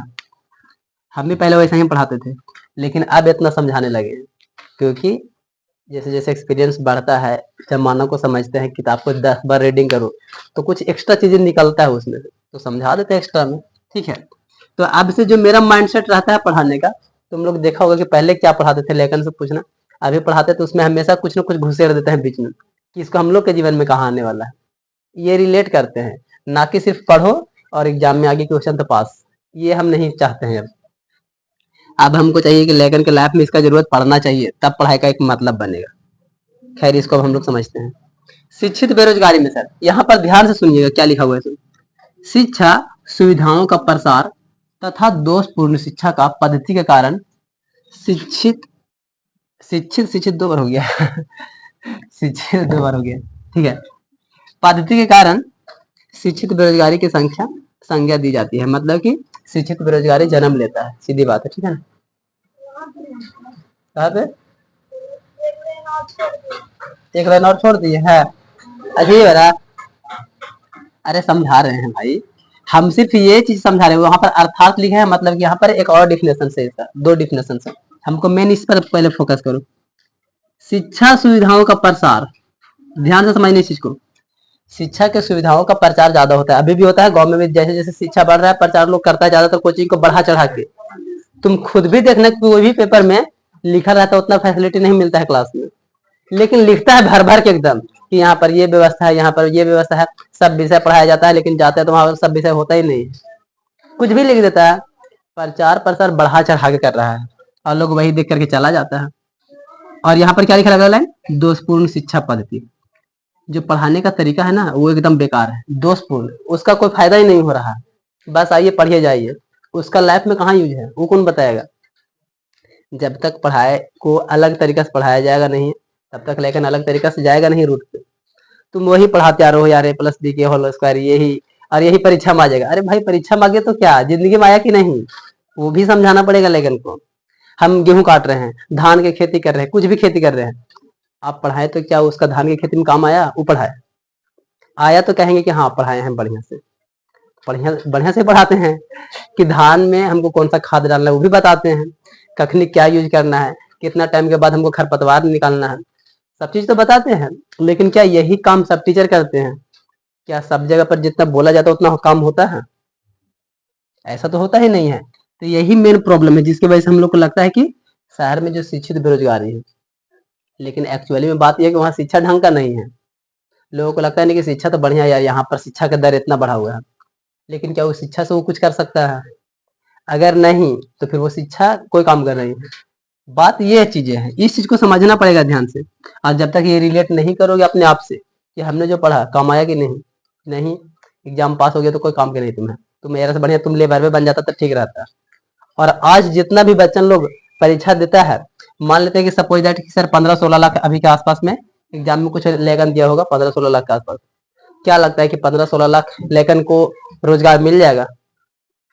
माइंडसेट सबका पढ़ाई का रोजगार का देने का नहीं था, पास होने का माइंडसेट दिया गया था कि किसी तरीके से पास हो जाओ। लेकिन अगर इन सभी में सिर्फ माइंडसेट ये दिया जाता कि आप जो भी पढ़ाई किए हैं, आप जहां हैं उस स्थिति को देखिए और उसको से रिलेट करिए पढ़ाई को, क्या यूज होता है कि नहीं। अगर इस माइंड से दिया जाता तो वो हर एक छोटा छोटा चीज में रोजगार ढूंढ लेता कि अच्छा पढ़ाइया कि यहाँ काम आ गया, अब यही से पढ़ाई का इस्तेमाल करके हम आगे बढ़ जाएंगे, इसी काम में इसी फील्ड में तुरंत कामयाब हो जाता। लेकिन एक्चुअली में ऐसा नहीं होता है। पढ़ाई का माइंडसेट वैसा बनाया ही नहीं गया है जिससे कि लोग रोजगार मिले, माइंडसेट एकदम चेंज कर दिया गया है। तो ये लाइन किताब में भी लिखा हुआ था और इसका मतलब भी सही से समझना ये बहुत जरूरी भी था, ठीक है। तो ये चीज अभी हो रहा है, ठीक। अपने आप को भी समझना है कि क्या सर पढ़ाते तो क्या यही पढ़ाते हैं लाइन, या कुछ और भी निकाल देते हैं दिमाग में कि हम लोग का ये जरूरत नहीं है दोस्त, ये चीज सिर्फ बोलने का है। क्या वाकई में ये हमारा लाइफ में चल रहा है? शिक्षा सुविधाओं का प्रचार प्रसार हो रहा है सर सब जगह पे, यानी कि दोषपूर्ण शिक्षा मिल रहा है। शिक्षा का प्रचार प्रसार बढ़ा चढ़ा कर रहा है तो दोषपूर्ण हुआ शिक्षा मेरा, तो उसका काम ही नहीं मेरे लाइफ में आएगा, क्योंकि ढंग से पढ़ाएगा नहीं, क्योंकि दिखावा किया हो ना कि हमारे यहाँ ये आ जाएगा, इतना रिजल्ट आ जाता है। तो क्या रिजल्ट आया तो आदमी कामयाब है आपके कोचिंग से, ये मैटर करता है। क्या कर लिया वो पढ़ाई का, इस्तेमाल किया ढंग से कि नहीं। क्या वो लगता है वो खुशी से बोल देता है कि आप जो पढ़ाए थे ना सर, आज मेरा लाइफ में उसी का काम आया खाली, और उससे बाहर कुछ आया ही नहीं है, आप ऐसे पढ़ाए हैं। जब तक ये माइंडसेट से नहीं पढ़ाया होगा तो फिर कोई मतलब नहीं। ऐसा होना जरूरी है, ठीक है। हम कोशिश करते हैं कि हम अपना बच्चन को सब चीज दे पावे जितना हमसे हो पाता है, लेकिन समझना भी तो उन्हीं को पड़ेगा, ठीक है। इसके अलावा ये डिफिनेशन है, एक डिफिनेशन और समझ सकते हैं इसी चीज को, ठीक है ना। ऐसा सिचुएशन में, अच्छा ये वाला मिटा दे, इससे वाला है। अच्छा शिक्षित बेरोजगारी, शिक्षित बेरोजगारी ये वाला इसके लिए था ना। अच्छा नीचे लाइन था, ठीक है। अब इसी को डिफिनेशन को हम लोग ओरिजिनल में पढ़ते हैं। ये तो मेन इसका डीपली लाइन था। अब इसका ओरिजिनल में नॉर्मल सा क्या बोलता है, पढ़े लिखे लोगों को जब रोजगार नहीं मिलता है तो इसको हम लोग बोलते हैं शिक्षित बेरोजगारी संघ। ऐसे नॉर्मल में बोलते हैं कि पढ़ा लिखा है लेकिन रोजगार नहीं, नॉर्मल में। लेकिन इसका मेन जो डीपली लाइन था ना, हम इसको समझते हैं कि शिक्षा ढंग का नहीं दिया गया है, इसी की वजह से बेरोजगारी है। नहीं तो जो लंदन से पढ़ के आता है, अमेरिका से पढ़ के आता है, वो कहा नहीं कहता कि हम लोग बेरोजगार बैठे हैं। उन लोग को कोई कोई बड़ा बड़ा ऑफिस में काम कर रहा है, कहीं ना कहीं काम कर ही रहा है, वो शिकायत नहीं कर रहा है कि हम बेरोजगार बैठे हैं, क्योंकि उसका एजुकेशन माइंडसेट दिया गया है अलग तरीका से। अगर उसको रोजगार नहीं मिल रहा है तो रोजगार क्रिएट कर देता है, कंपनी खड़ा कर देता है, सीधे डायरेक्ट बातें खत्म कर देता है, ठीक है ना। तो ये सब चीजें हैं। बिहार में भी अगर देखा जाए तो शिक्षित बेरोजगारों की संख्या बहुत ज्यादा बढ़ते जा रहा है। बिहार में शिक्षा की व्यवस्था तो ढंग से हो रहा है, धीरे धीरे लोग बढ़ रहा है शिक्षा के मामला में, लेकिन बेरोजगारी भी बढ़ रहा है। तो इसका मतलब ये हुआ कि जो शिक्षा मिल रहा है स्कूल कॉलेजेस में, उस शिक्षा का एक्चुअली में लैब में यूज करने को नहीं सिखाया जा रहा है कि हमारा लैब में ये शिक्षा का यहाँ इस्तेमाल है तो तुम इसी शिक्षा का इस्तेमाल करके तुम आगे बढ़ जाओ। ऐसा नहीं समझाया जा रहा है। जिस दिन ये समझाया जाएगा उस दिन बेरोजगार की संख्या रहेगा ही नहीं, सीधी सीधी बात है। वो बेरोजगार रहेगा, कंपनी कोई काम नहीं दिया, वो बातें नहीं करेगा, वो रोजगार क्रिएट कर देगा, रोजगार बना देगा कि यार छोड़ो ना, हटाओ नहीं, कंपनी नहीं दे रहा, क्या करे, हम ही रोजगार बना लेते हैं, अपने से ही कुछ खोज देते हैं जिससे कि जरूरत भी पूरा हो जाए। ये चीजें होना चाहिए, तब होगा एक्चुअली विकास। ठीक है। और होता है सर औद्योगिक बेरोजगारी, शहर में ये भी मिलता है सर उद्योग धंधा। आज के जमाना में उद्योग धंधा बहुत ज्यादा चल रहा है सर, तो इसी से रिलेटेड भी हमारा शहर में बेरोजगारी देखने को मिलता है। वर्तमान दौर अगर अभी देखा जाए तो वो है औद्योगिक विकास का। हम लोग सब लोग जानते हैं कि आज के जमाना में उद्योग धंधा का विकास होना बहुत जरूरी है। औद्योगिक का प्रसार का ढांचा आधुनिक तकनीकी पर आधारित होने के कारण मानव श्रम शक्ति का उपयोग कम होता है, और इसके बाद हम लोग का औद्योगिक बेरोजगारी का जन्म होता है।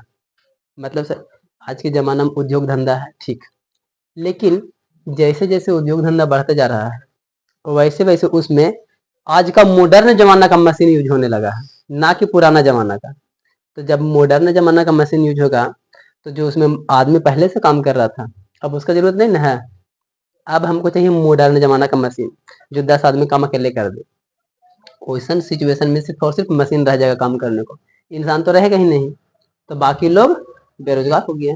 जस्ट यही चीज हमारा यहाँ पर समझाने का कोशिश किया गया है कि औद्योगिक बेरोजगारी मतलब यही होता है कि सारा के सारा चीज हमारे पास मशीन आ गया है, आज के जमाना के नया नया मशीन, और मशीन के बदौलत ही काम हो रहा है, तो लोग बेरोजगार पड़ा हुआ है। जस्ट ये चीज है, तो ये शहर में देखने को मिलता है। ठीक है सर आती जितना आविष्कार होगा उतने मतलब बेरोजगारी बढ़ेगी।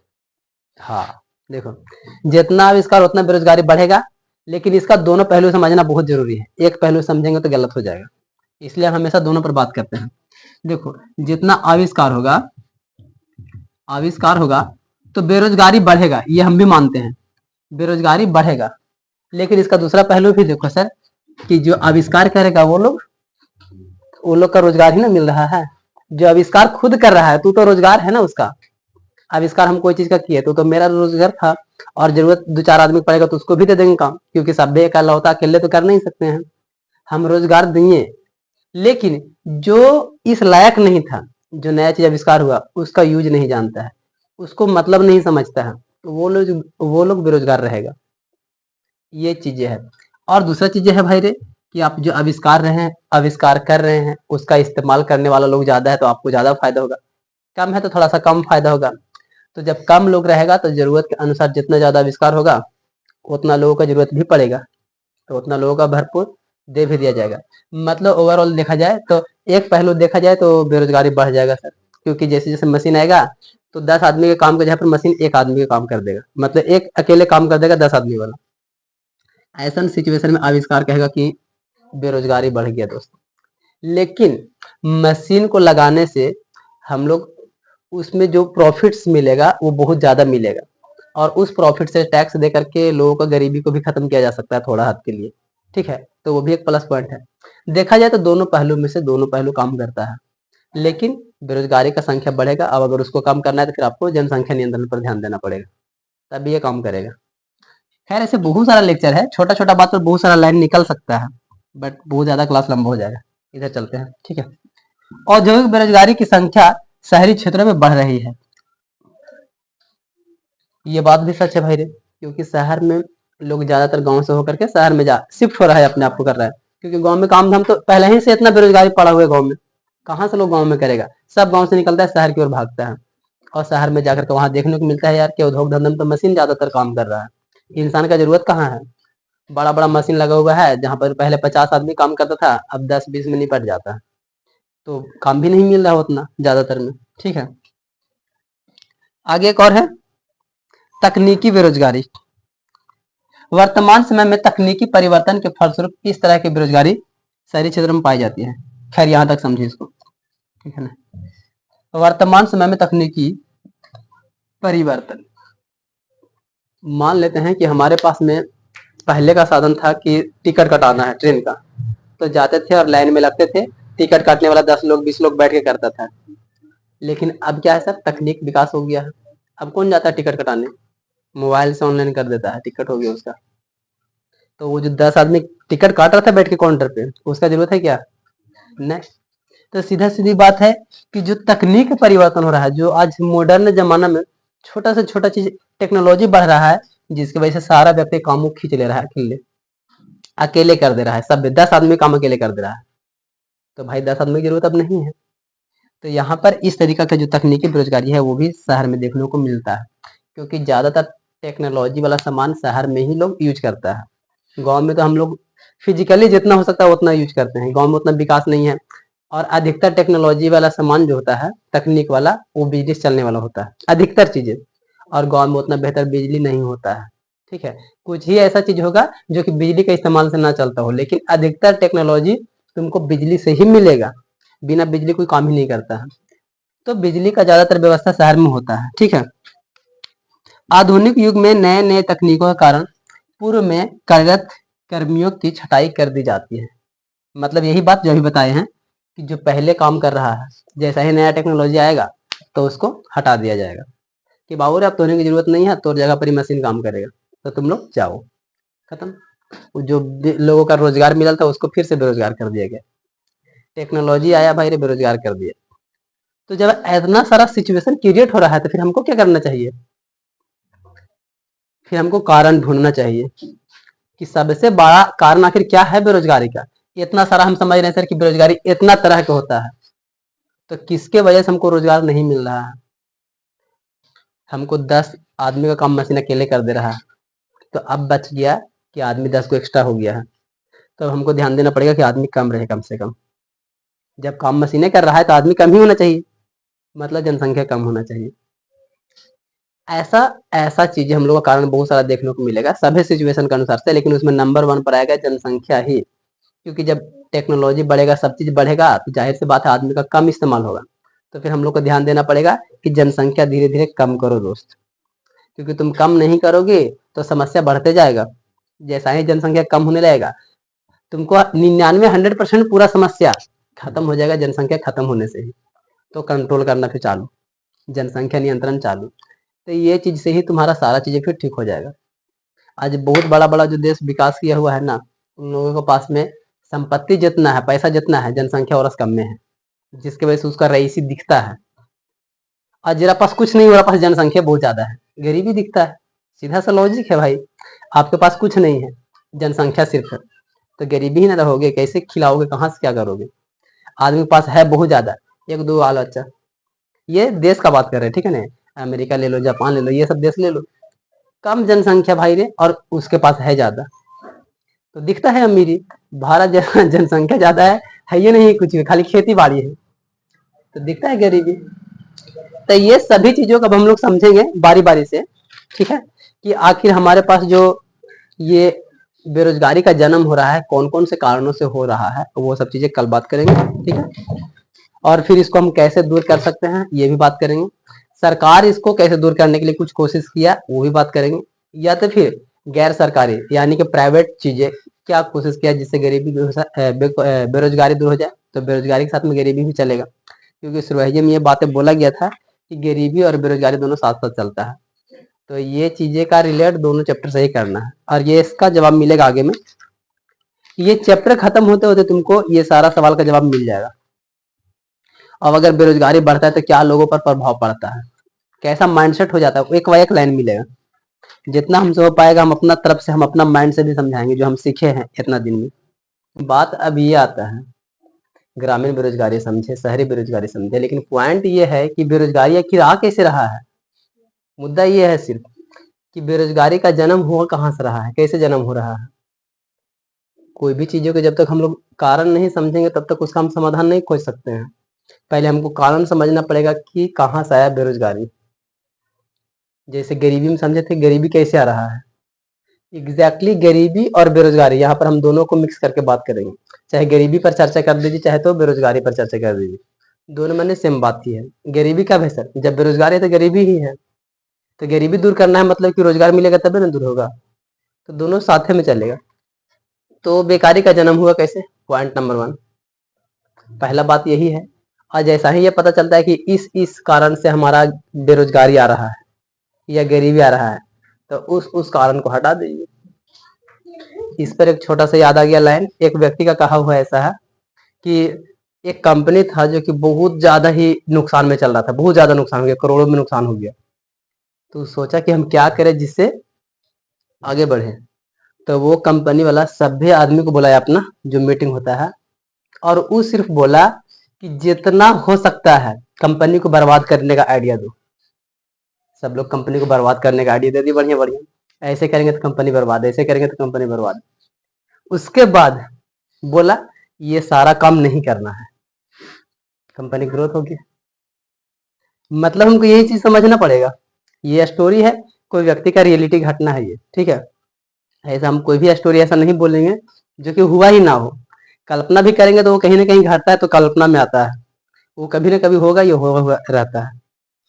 तो सीधा सा बात हम लोग यही चीज को समझेंगे कि बेरोजगारी का जन्म कहाँ से हुआ, बेकारी का जन्म कहाँ से हुआ, कारण समझे, ऑटोमेटिक उसका समाधान निकलने लगेगा कि उस चीज को हम नहीं करेंगे।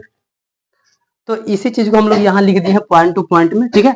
किताब में बहुत सारा चर्चा किया हुआ है, आप लोग रीडिंग कर सकते हैं जिससे बेहतर समझ आएगा।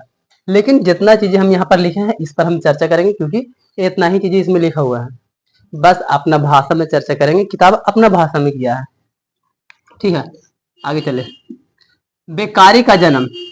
तो बेकारी का जन्म कई कारणों से हो सकता है, जिसमें से यहाँ पर किताब में जो था कुछ कारण अपना मन से भी हम लगा सकते हैं, बीच बीच में जरूरत पड़ेगा तो। पहला कारण,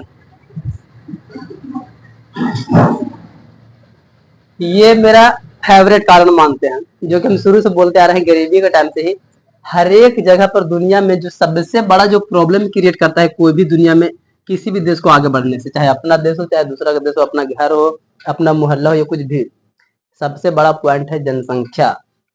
और ये बेकारी में भी यही काम करता है, अत्यधिक जनसंख्या। अब अत्यधिक जनसंख्या होगा तो कई तरह के समस्या उत्पन्न होता है। तुम खुद ही सोच लो भाई रे कि हमारे घर में, अपना घर के ही मान लो, अपना घर के ही मान लो, एक सदस्य कमाने वाले हैं और 10 को खाने वाले हैं, तो कैसे मेंटेन हो पाएगा वो चीजें। अब अगर वही किसी के घर में एक ही को कमाने वाला एक ही को खाने वाला है, तो आराम से वो खाएगा ना, कमाएंगे हम खाएंगे हम, क्या टेंशन है। ये एक आध गो परिवार को चला सकते हैं, एक दो बच्चे को खिला सकते हैं। लेकिन आप कमाए को रहे हैं 10 गो में से किसी को भी कुछ तकलीफ होगा, आपके पास उतना है नहीं।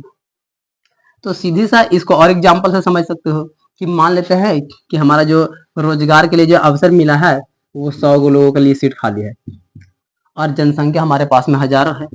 अब बताओ, खुद ही सोचो कि जब जनसंख्या 1000 है, यहाँ 100 ही है, तो 900 गया ना काम से, 100 लोगों को मिला तो 900 काम से गया। तो भाई जनसंख्या ज्यादा था इसकी वजह से, इसमें तो कोई कमी नहीं था, ये ठीक दिया, जिसका जितना की जरूरत है उतना दिया। लेकिन प्रॉब्लम यहाँ है, आप औकात से ज्यादा आदमी को यहाँ दे रहे हैं। औकात से ज्यादा जहाँ पर जनसंख्या रहेगा वहाँ प्रॉब्लम ऐसा ही चलेगा, वहाँ बेरोजगारी खत्म करना थोड़ा सा मुश्किल है। तो पहला जो कारण हमारा बन पाता है वो है सर अत्यधिक जनसंख्या। ज्यादा जनसंख्या जिस क्षेत्र में रहेगा, जिस एरिया में रहेगा, जहाँ पर भी रहेगा, वहाँ बेरोजगारी का संभावना बहुत ज्यादा रहेगा। ये पॉइंट है। तो दूर करने में हम क्या करेंगे, इसको हटा देंगे। जैसे एक स्टोरी सुनाया है, उसको क्या करेंगे, साइड करेंगे कि भाई रे कम करो, अब कम करने लेंगे, धीरे धीरे ग्रोथ होना चालू हो जाएगा। पहला चीज है, इसी में तुम इसका अपोजिट करते जाओ, आंसर मिलते ही जाएगा।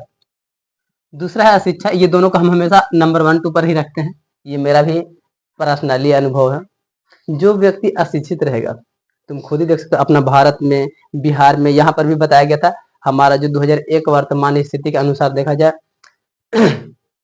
तो अशिक्षित लोगों का जो संख्या था हमारे 34 कितना 62 था शायद, कुछ ऐसा ही कुछ था।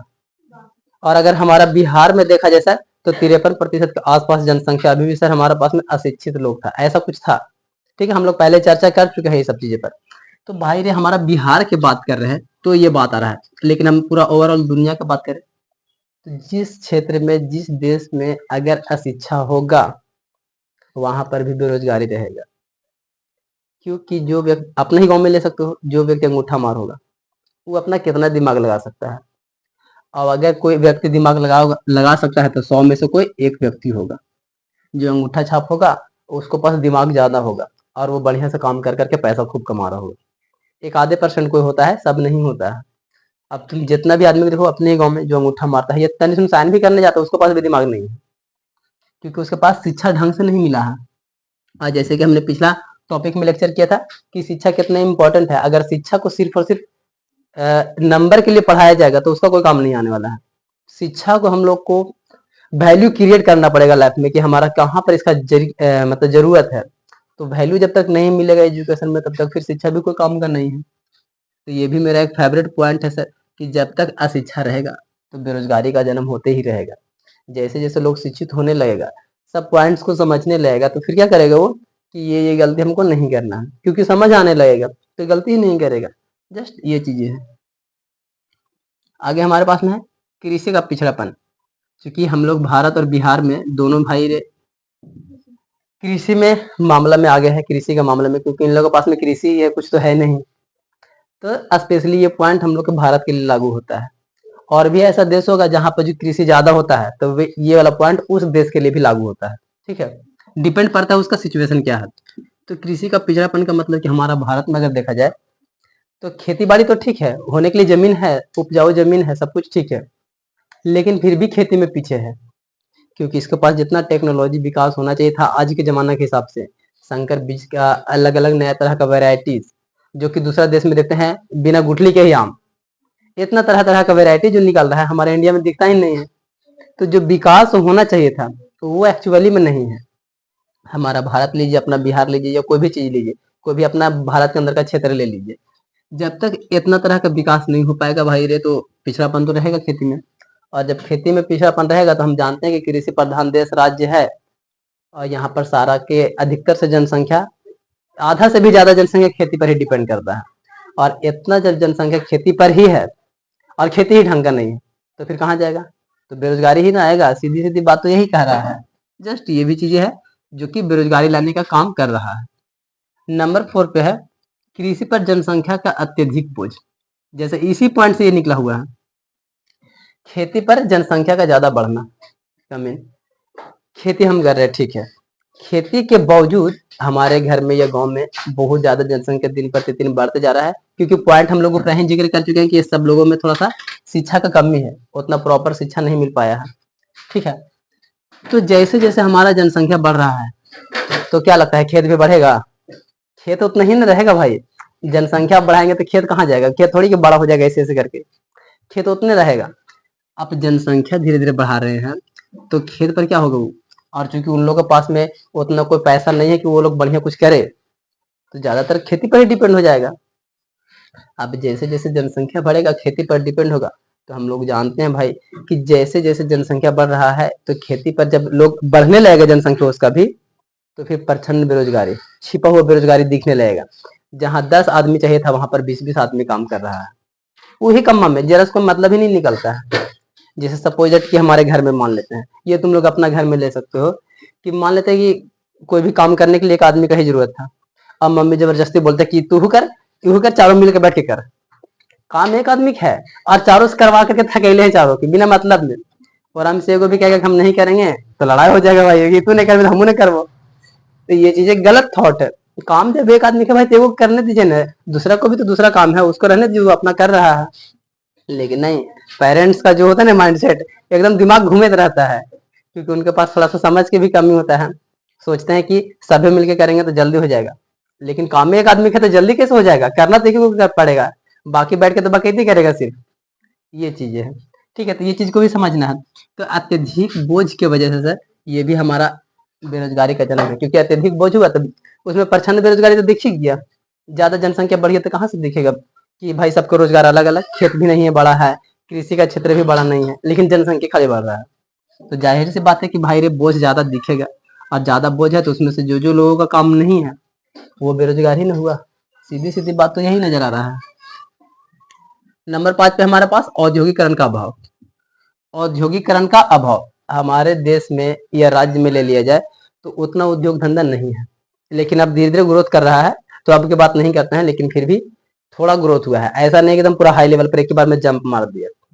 तो हम लोग फिर भी ऐसा नहीं कहेंगे एकदम पूरा ही विकास कर गया, तो हम बातें नहीं करेंगे, हो रहा है, लेकिन फिर भी अभी भी है दोस्त। ये प्रॉब्लम देखने को मिलता है, औद्योगिकरण का अभाव है यहाँ पे। और जितना जनसंख्या यहाँ पे लोगों का है उतना उद्योग धंधा ही नहीं है कि लोगों को रोजगार मिल पावे। अब अगर कुछ उद्योग धंधा है भी तो वहां पर मशीन से काम ज्यादा हो रहा है, जिसकी वजह से लोगों की जरूरत कम पड़ रहा है। ऐसा सिचुएशन में लोगों को फिर स्वयं रोजगार पर ज्यादा ध्यान देना पड़ेगा। सरकारी नौकरी या फिर कोई हमको काम दे दे ऐसा स्वभाव रखना ही बेवकूफी है। आपको फिर माइंडसेट चेंज करना पड़ेगा कि हम ही अपना काम निकाल लेते हैं, हम ही नौकरी देने के लिए सोचने लगते हैं, तब ये चीज जाएगा। तो हम बोले थे कि बीच बीच में हम अपना लाइन ऐड करेंगे, तो यहाँ पर एक लाइन ऐड कर सकते हैं कि खुद से रोजगार देने का भावना लाना। ये सबसे इंपॉर्टेंट लाइन मानते हैं, ठीक है ना, खुद से रोजगार का भावना लाना, रोजगार का भावना। क्योंकि जब आप खुद से रोजगार का भावना लाते हैं कि हम लोगों को रोजगार देंगे, तो जाहिर सी बात है भाई कि बेरोजगारी धीरे धीरे खत्म होगा, क्योंकि हम रोजगार मांग नहीं रहे हैं, हम देने का बात करते हैं। तो देने के लिए हम थोड़ा मेहनत करेंगे, स्टडी करेंगे, समझेंगे और उसके बाद काम देंगे। हमें एगो का जरूरत था, लेकिन जब हम काम देंगे तो 10-20 को का दे सकते हैं।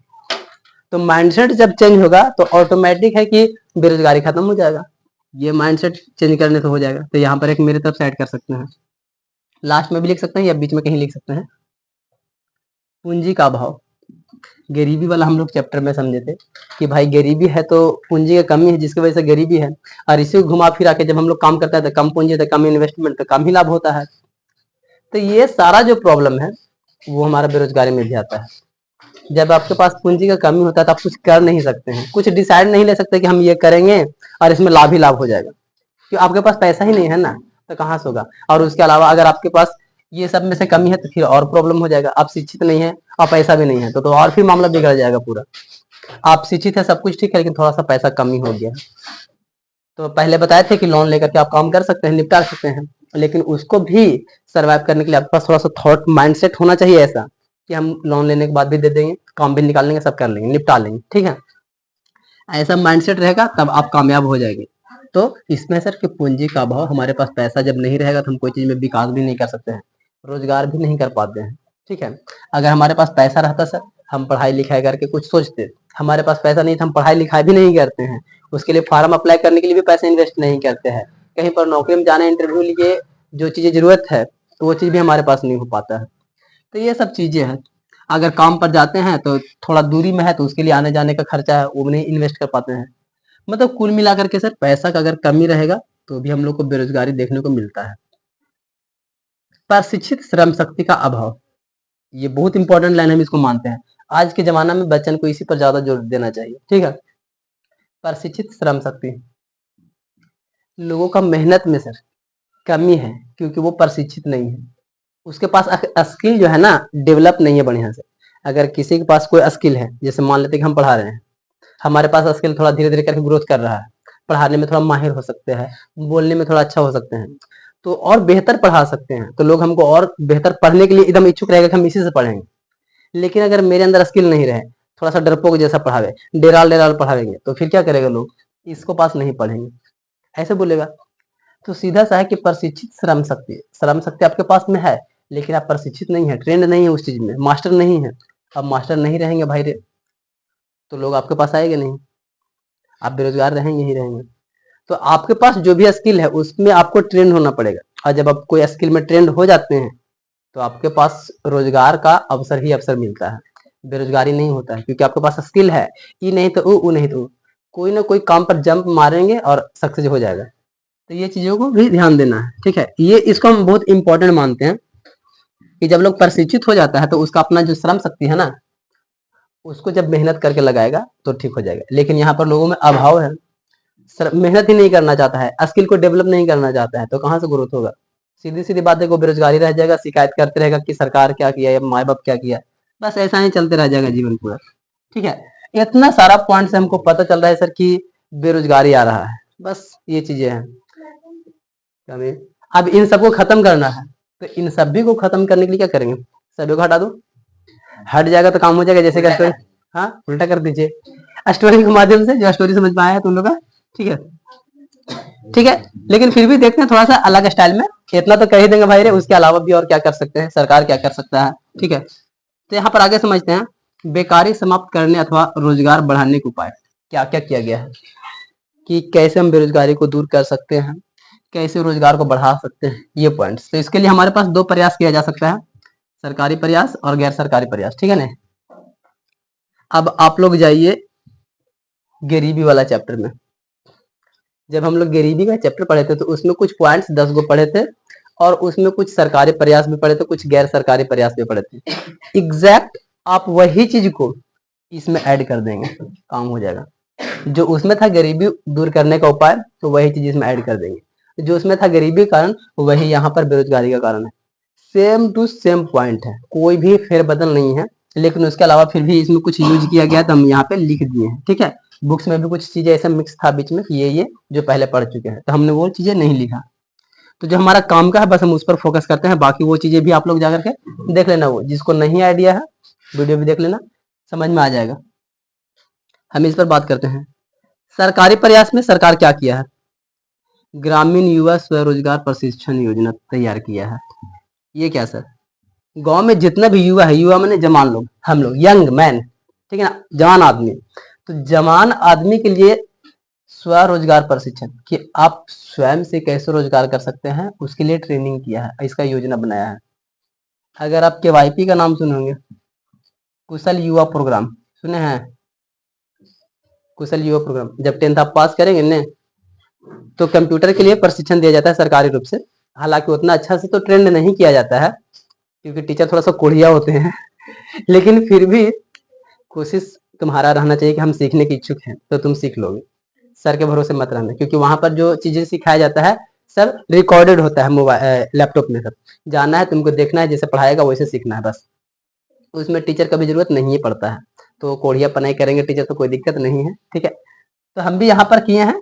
तो शुरुआत में हमको ऐसा नहीं लगा था, फिर थोड़ा दिन के लिए एक्स्ट्रा गए थे, तब हमको समझ में आने लगा कि सब कुछ अपने पर ही डिपेंड है, टीचर कुछ उतना खास नहीं करता है। इसमें क्या हो रहा है सर? ग्रामीण युवा जो गांव में जो लोग हैं, जवान लोग हैं, वो अपना स्वयं रोजगार के लिए क्या करेंगे सर? प्रशिक्षित योजना बनाएंगे, जो कि सरकार पहले से तैयार कर चुका है कि हम आपके लिए व्यवस्था कर दिए हैं भाई, जाइए और स्किल डेवलपमेंट कीजिए।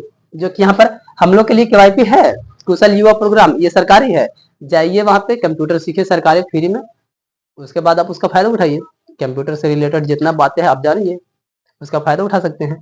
इस तरीके से बहुत सारा चीजें हमारे गांव में प्रशिक्षण के लिए भेजा जाता है कि आपको हम इस चीज में ट्रेन कर देते हैं, ये सरकार की तरफ से एक आया है मौका, तो इसमें आप इतना दिन काम करेंगे तो सीख लेंगे तो आपको नौकरी मिल जाएगा।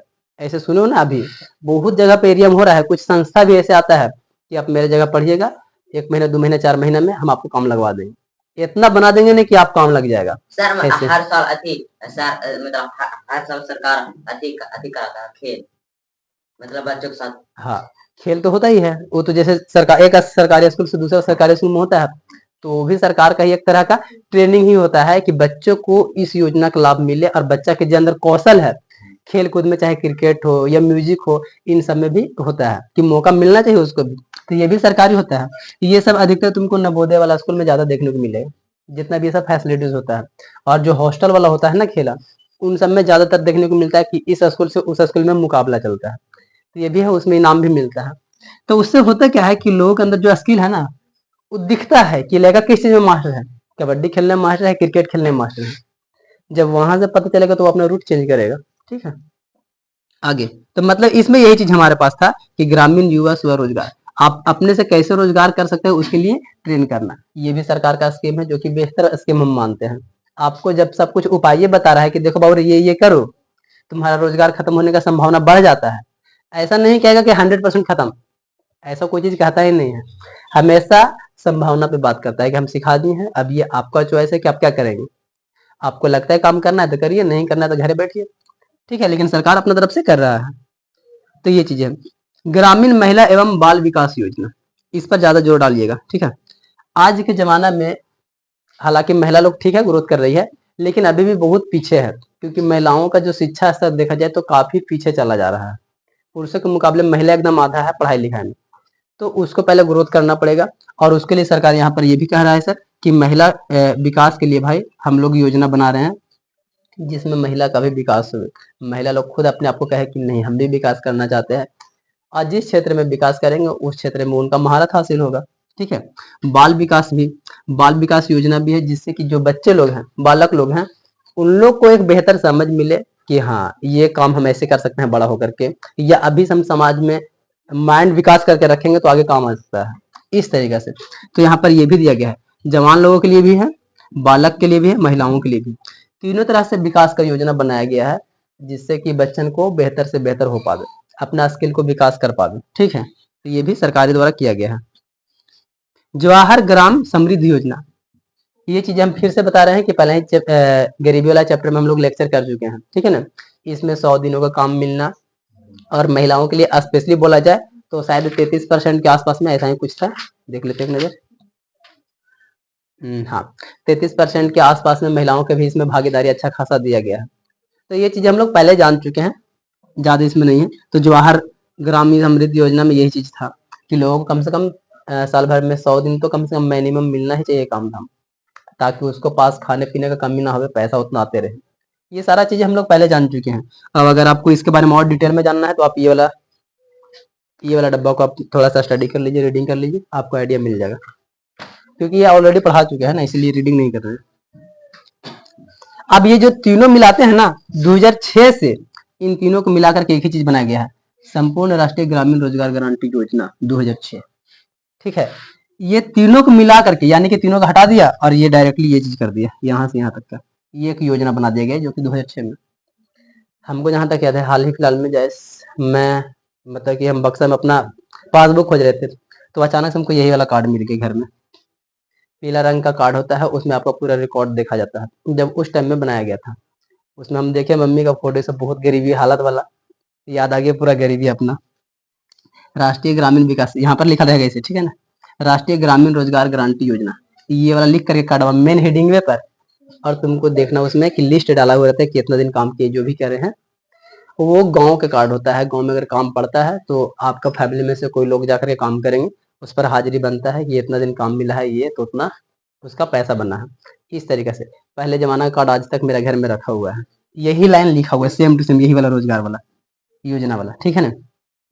तो ये चीज तुम लोग के घर में भी हो सकता है, देखना कभी अगर पुराना जमाना का मिलता है तो। कार्ड तो मेरे घर में है, तो हमको इससे समझ में आ रहा है भाई रे कि हाँ स्कीम तो चलता ही होगा भाई, क्योंकि जब किताब में है प्लस में घर में भी तो कार्ड मिल ही रहा है, तो स्कीम है पहले से रेडी। लेकिन आज के जमाना में जो लोग है ना गाँव का, थोड़ा सा गाँव जो विकास कर गया है वो इस चीज पर ध्यान नहीं दे रहा है। जहाँ एकदम विकास कम है वहां पर इस चीज पर लोग जोर देता है और लोग काम करने जाता भी है, ठीक। अब इतना सारा चीजें में हम लोग क्या समझे सर कि सरकारी प्रयास ये क्या कि बेरोजगारी हटाने के लिए इतना सारा तो योजना चला ही रहा है दोस्त, जिससे आदमी थोड़ा सा कोशिश कर सकता है आगे बढ़ने के लिए। और चूंकि उसके पास अगर ज्यादा शिक्षा रहेगा तो सरकारी के चक्कर में ना पड़ के अपना सेल्फ डिपेंड खुद कर सकता है कुछ भी, ठीक है ना। तो अब वहीं आते हैं, ये कहाँ गया, इसमें और कुछ था नीचे में है, अच्छा नीचे। गैर सरकारी उपाय, अगर हमको बेरोजगारी को दूर करना है तो इसके लिए हम क्या कर सकते हैं। इसका लिए भी आप गरीबी वाले चैप्टर में जो 4-5 को बताया गया था, सेल्फ हेल्प ग्रुप, ये सब चीजें भी यहाँ पर अप्लाई कर सकते हैं। लेकिन हम यहाँ पर सिर्फ 2 को ही लिखे हैं जो कि बहुत ज्यादा इंपॉर्टेंट था, और बाकी वो उसमें से 4-5 पॉइंट आप लिख सकते हैं। पहला काम सर, कुटीर उद्योगों का विस्तार। छोटे मोटे, हाँ, जितना भी हमारा जो पुराना जमाना में चलते आ रहा था क्रिया, आज भी वो चलना चाहिए, लेकिन आज लुप्त होते जा रहा है। जैसे जैसे मशीन का जमाना आ रहा है, जो पहले हाथ से बुना हुआ जो कपड़ा होता था अभी गायब हो रहा है। लेकिन यकीन मानो कि जो पहले जमाना का चीज था ना, हाथ से बुना हुआ, वो आज भी उतना ही बेहतर लगता है। और पहले जमाना के जो अगर हिस्ट्री पढ़ोगे तो उसमें अंग्रेज लोग जो था इंडिया से कपड़ा मंगाया करता था, हाथ वाला बना हुआ, क्योंकि इसका सुंदरता खूबसूरती एकदम सबसे नंबर 1 पे रहता था। अभी भी कुछ ऐसा चीज है कपड़ा जो कि इंडिया से लोग विदेश मंगवाता भी है, तो ये कुछ खासियत भी है। लेकिन यहाँ पर सर कुटीर उद्योग अभी क्या हो रहा है, खत्म हो रहा है। तो इसी को क्या कर रहा है कि विस्तार कीजिए, बढ़ावा दीजिए इसको। जो भी छोटा मोटा आप काम कर सकते हैं, क्या क्या कर सकते हैं घर पे, कपड़ा लोग बुना करता था, डिजाइनिंग बनाया करता था। हमारे घर में हमको खुद याद है कि मेरा पापा खुद ही ऐसे हाथ करे बिन करके, मम्मी भी से। और डिजाइनिंग वाला फूल वगैरह नहीं बनता है, कपड़ा में तकिया पर लगाना, शर्ट में लगाना, इस तरीके से डिजाइनिंग वाला चीजें पापा खुद बुना करते थे। ऐसे गोल चक्री रहता है, ऐसे चक्का रहता है, फिर एक बार चक्का पर एक बार चक्का रख के ऐसे कपड़वा से कस के बांध देवल जाता है। और एरा में जो भी डिजाइनिंग बनाना है, फिर काम हो गया, फिर उसको घसका करके कपड़ा को फिर डिजाइनिंग बनाना होता है। तो मेरा घर में ये था, हम देखें अपना लाइफ में ये चीजें। कुछ कुछ घर में तो ऐसा था ना कि जो टीवी पहले जमाना में शुरू आया था, टीवी देखते थे, टीवी झक करके उसी से रखा रहता था, बहुत ही प्यारा सुंदर लगता था। उसका रुमाल, उसका कपड़ा, उसका जो पहन ऐसे गमछी जैसे ओढ़ते हैं ना, क्या डिजाइनिंग उसका था, खूबसूरती, वो था हमारा कुटीर उद्योग में। और उसका डिजाइनिंग का कीमत भी अच्छा मिलता था, बिकता भी था। हम लोग का जमाना में मोनी ऐसे बनाते थे, ऐसे सरकी से ऐसे करके लपेट लपेट के ऐसे मोनी बनाते थे। अभी मोनी ही गायब हो गया है। लेकिन बहुत ज्यादा जहाँ गरीबी का हालत है वहां पर ये मोनी अभी भी देखने को मिलता है। हम अपना मौसी घर गए थे तो ये मोनी देखे थे। तो हमको कुछ चीजें ऐसा याद है, लेकिन अभी नहीं होगा क्योंकि भाई रे पहले गरीबी था, अब गरीबी नहीं है किसी घर में, सबका घर मकान बन गया है। ठीक है, तो वैसा सिचुएशन में हम भी सब चीजें देखें, जितना हम यहाँ पढ़ा रहे हैं सब चीजें हम ऑलरेडी जिए भी हैं, लाइफ में देखे भी हैं। अगर इस चीज को विकास किया जाए, अब कुटीर उद्योग में और क्या कर सकते हैं सर? घर में चटाई झाड़ू वगैरह बिनना, जो कि अभी चल रहा है। सब लोग जाते हैं, बूढ़े बुजुर्ग लोग गाय चराने, लाते उधर से काट करके झाड़ू बिन देते हैं। घर में झाड़ू खरीदने का झमेला खत्म, अपना हो गया। ये चीजें नहीं हटना चाहिए, क्योंकि छोटे छोटे काम से व्यक्ति थोड़ा थोड़ा ग्रोथ करने लगता है। अब अगर उस चीज में वो मास्टर हो जाए तो फिर उसका ग्रोथ बहुत लंबा हो जाता है। अगर वही व्यक्ति झाड़ू बनाने का सिलसिला चालू कर दे तो क्या होगा? झाड़ू बिकने लगेगा, उसका मार्केट में जाकर सेल कर सकता है। लेकिन हम लोग शौक से थोड़ा काम करते हैं, चलो घर में खर्चा बचेगा 50-100 रुपये, इसलिए सोच के करते हैं। लेकिन अगर उसको कोई प्रोफेशनल बिजनेस बना लेना, वही कुटीर उद्योग उसको बहुत फायदा दे सकता है। लोग गोईठा बेचता है, जानवर वगैरह पोस पाल करना, गोईठा जो अमेजोन पर भी मिलता है ऑनलाइन, खरीदिए जा करके भाई। बताओ, ऐसा चीजें है। तो कहने का मतलब सीधा सा है ना कि कुटीर उद्योग में जितना भी छोटा मोटा काम आप कर सकते हैं घरेलू में, वो सबको जब सरकार बढ़ावा देता है, अगर उसमें किसी तरह का पैसा की जरूरत है तो आप ले सकते हैं सरकार से कर्ज के रूप में, आप उसमें कामयाब हो सकते हैं। ये काम तो आप कर सकते हैं दोस्त, ठीक है। और स्वरोजगार, देखिए चीज को समझिएगा, कुटीर उद्योग और स्वरोजगार दोनों आपस में जुड़ा हुआ चीजें है। कुटीर उद्योग में आप छोटा मोटा काम कर रहे हैं तो कौन करेगा? सरकारी का आदमी आकर के, तुम ही ना करोगे भाई। तो तुम करोगे मतलब तुम्हारा स्वरोजगार ही ना हुआ। बात यही है, आप स्वरोजगार में करेंगे तो कुछ बड़ा काम भी होता है स्वरोजगार में, और कुटीर उद्योग भी स्वरोजगार ही है, लेकिन ये छोटा काम है, बस इससे ज्यादा कुछ अंतर नहीं है।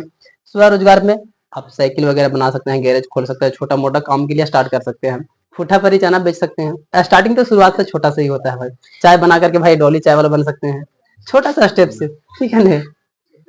इस पर अगर एक स्टोरी देखना होगा ना फिल्म, तो मिस इंडिया करके एक फिल्म बना हुआ है, उसको देख लोगे। चाय से वो कितना बड़ा एम्पायर खड़ा कर लेती है, लेडीज लड़की रहती है, उसको चस्का रहता है कि हम चाय ही बेचेंगे भाई, क्योंकि उसको दादाजी जो थे ना बहुत अच्छा चाय बनाते थे, चाय पीने के बाद सबका बीमारी ठीक हो जाता था, क्योंकि उसमें ऐसा जड़ी बूटी मिलाया करते थे। अमेरिका में जाकर के कॉफी बेचने वालों को ही मात देती, उसका कंपनी बंद, चाय वाला कंपनी आगे हो गया, ऐसा हो गया। तो ये चीजें है, जब लोगों के अंदर स्किल जो होता है ना स्वरोजगार का, अगर आपके अंदर स्किल है, स्वयं रोजगार करते हैं आप, उसमें जितना अपना बेहतर दे सकते हैं, आपका बेरोजगारी खत्म हो जाएगा। और हो सकता है कि आपका स्किल से, आपका स्वरोजगार से 10 लोगों को भी काम मिल जाए, क्योंकि आप जो काम कर रहे हैं धीरे धीरे जब बढ़ने लगता है तो आपको फिर लोगों का जरूरत पड़ता है कि हम अकेले नहीं संभाल पाते, हमको 2-4 लोग चाहिए ही चाहिए, आप उसको भी रोजगार देते हैं। तो स्वरोजगार से काफी फायदा है, और ये कुटीर उद्योग से भी सर, जिसके पास उतना शिक्षित नहीं है, जिसके पास समझ नहीं है, अपना छोटा मोटा गांव में जो कर पाते हैं वो कर सकते हैं, और उसमें उनका अच्छा खासा इनकम आ जाता है, अपना घर चलाने लायक आ जाता है, ठीक है। जो कि हम भी ये चीजें किए हैं, कुटीर उद्योग हम भी किए अपना घर में भाई रे, स्वरोजगार भी, जो भी चीजें हो पाया हमसे हम किए हैं। लेकिन बस जैसे जैसे इंटरेस्ट मेरा खत्म हो रहा है, धीरे धीरे सब चीजों को हम साइड कर दिए हैं। लेकिन हमको जितना अभी तक पढ़ा है ना, लगभग चीजें हमारा खुद का एक्सपीरियंस है, हमने वो चीजें अपना लाइफ में किया है, ठीक है। आगे बात करें इसमें, तो अब इसका प्रभाव क्या क्या देखने को मिलता है। हमने यहाँ तक क्या देखा, जन्म हुआ सर, ठीक है मानते हैं, और उसको कैसे खत्म करेंगे ये भी समझ लिए हैं। लेकिन जब बेरोजगारी बढ़ जाता है अपना घर में, गांव में, समाज में या देश में, तो क्या देखने को रिटर्न मिलेगा? बेरोजगारी नहीं है तब तो सब लोग खुश है ना भाई, अपना काम कर रहे हैं, अपना एंजॉय कर रहा है लाइफ। लेकिन जब बेरोजगारी बढ़ा हुआ है तब क्या दिखेगा, उस असर क्या दिखेगा? तो वही चीजें है, बेकारी का प्रभाव क्या देखने को मिलेगा।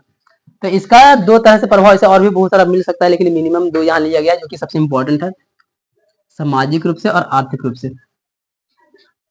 बेकारी का, बेरोजगारी का 2 तरह से ज्यादातर प्रभाव पड़ता है। समाज में प्रभाव पड़ेगा या आपका जेब पर, आपका आर्थिक व्यवस्था पर प्रभाव पड़ेगा जब आप बेरोजगार रहेंगे तो। और बाकी इसमें और ऐड कर सकते हैं भाई, रिश्ते नाते ये सब चीजें भी तो चलते ही रहता है, बेरोजगार रहेंगे तो भाई रिश्ता नाता तो टूटते रहेगा, ये होते रहता है। बाकी वो सब चीज को साइड करते हैं, बस हम लोग ये 2 चीजें पर चर्चा करेंगे, सामाजिक और आर्थिक रूप में। अगर बेरोजगारी का बात किया जाए, बेरोजगारी का सामाजिक प्रभाव में, तो आपको 4-5 तरह के और भी पॉइंट्स ऐड कर सकते हैं, बीच में याद आएगा तो। पहला है जनशक्ति संसाधन की बर्बादी। जब आप बेरोजगार होते हैं रोजगार का जब कमी होता है तो हमारे समाज में इसका रिटर्न कुछ मिलेगा।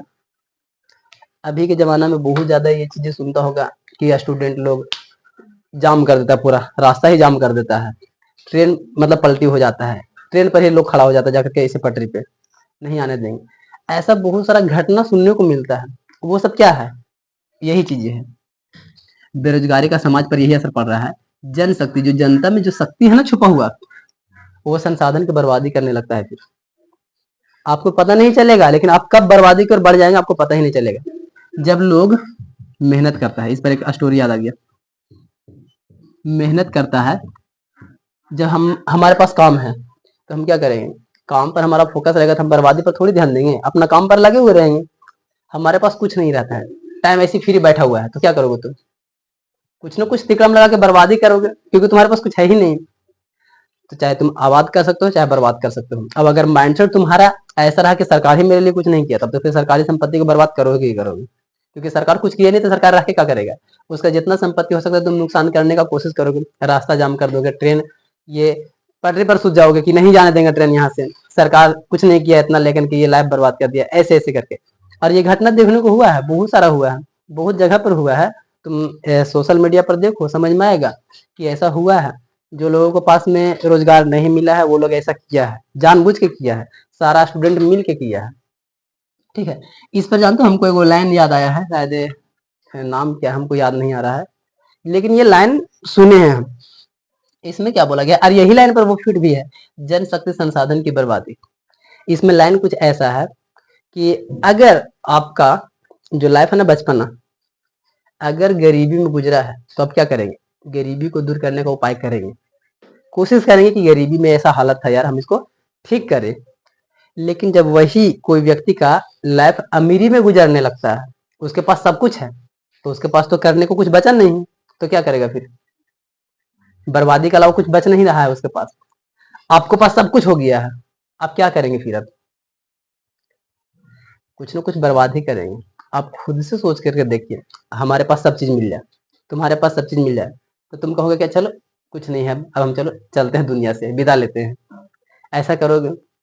या तो लोगों को सताना चालू कर दोगे कि हमारे पास सब कुछ है, कुछ भी कर लेते हैं। ऐसा माइंडसेट चेंज होने लगता है। तो ये चीजें यहीं से आता है, जब लोगों के पास कुछ करने को नहीं बचता है तो वो लोग बर्बाद करेगा, सीधी बात है। इसीलिए आदमी को बोला जाता है कि हमेशा मन को व्यस्त रखना पड़ता है, शरीर को व्यस्त रखना पड़ता है, बिजी रखना पड़ता है, ताकि किसी तरीके से हम और एक्स्ट्रा उटपटांग काम ना करें। काम कर रहे हैं तो बस काम में अपना सारा एनर्जी वेस्ट कर देंगे, तो कहीं पर एनर्जी बर्बाद करने का फायदा रहेगा ही नहीं मेरे पास में।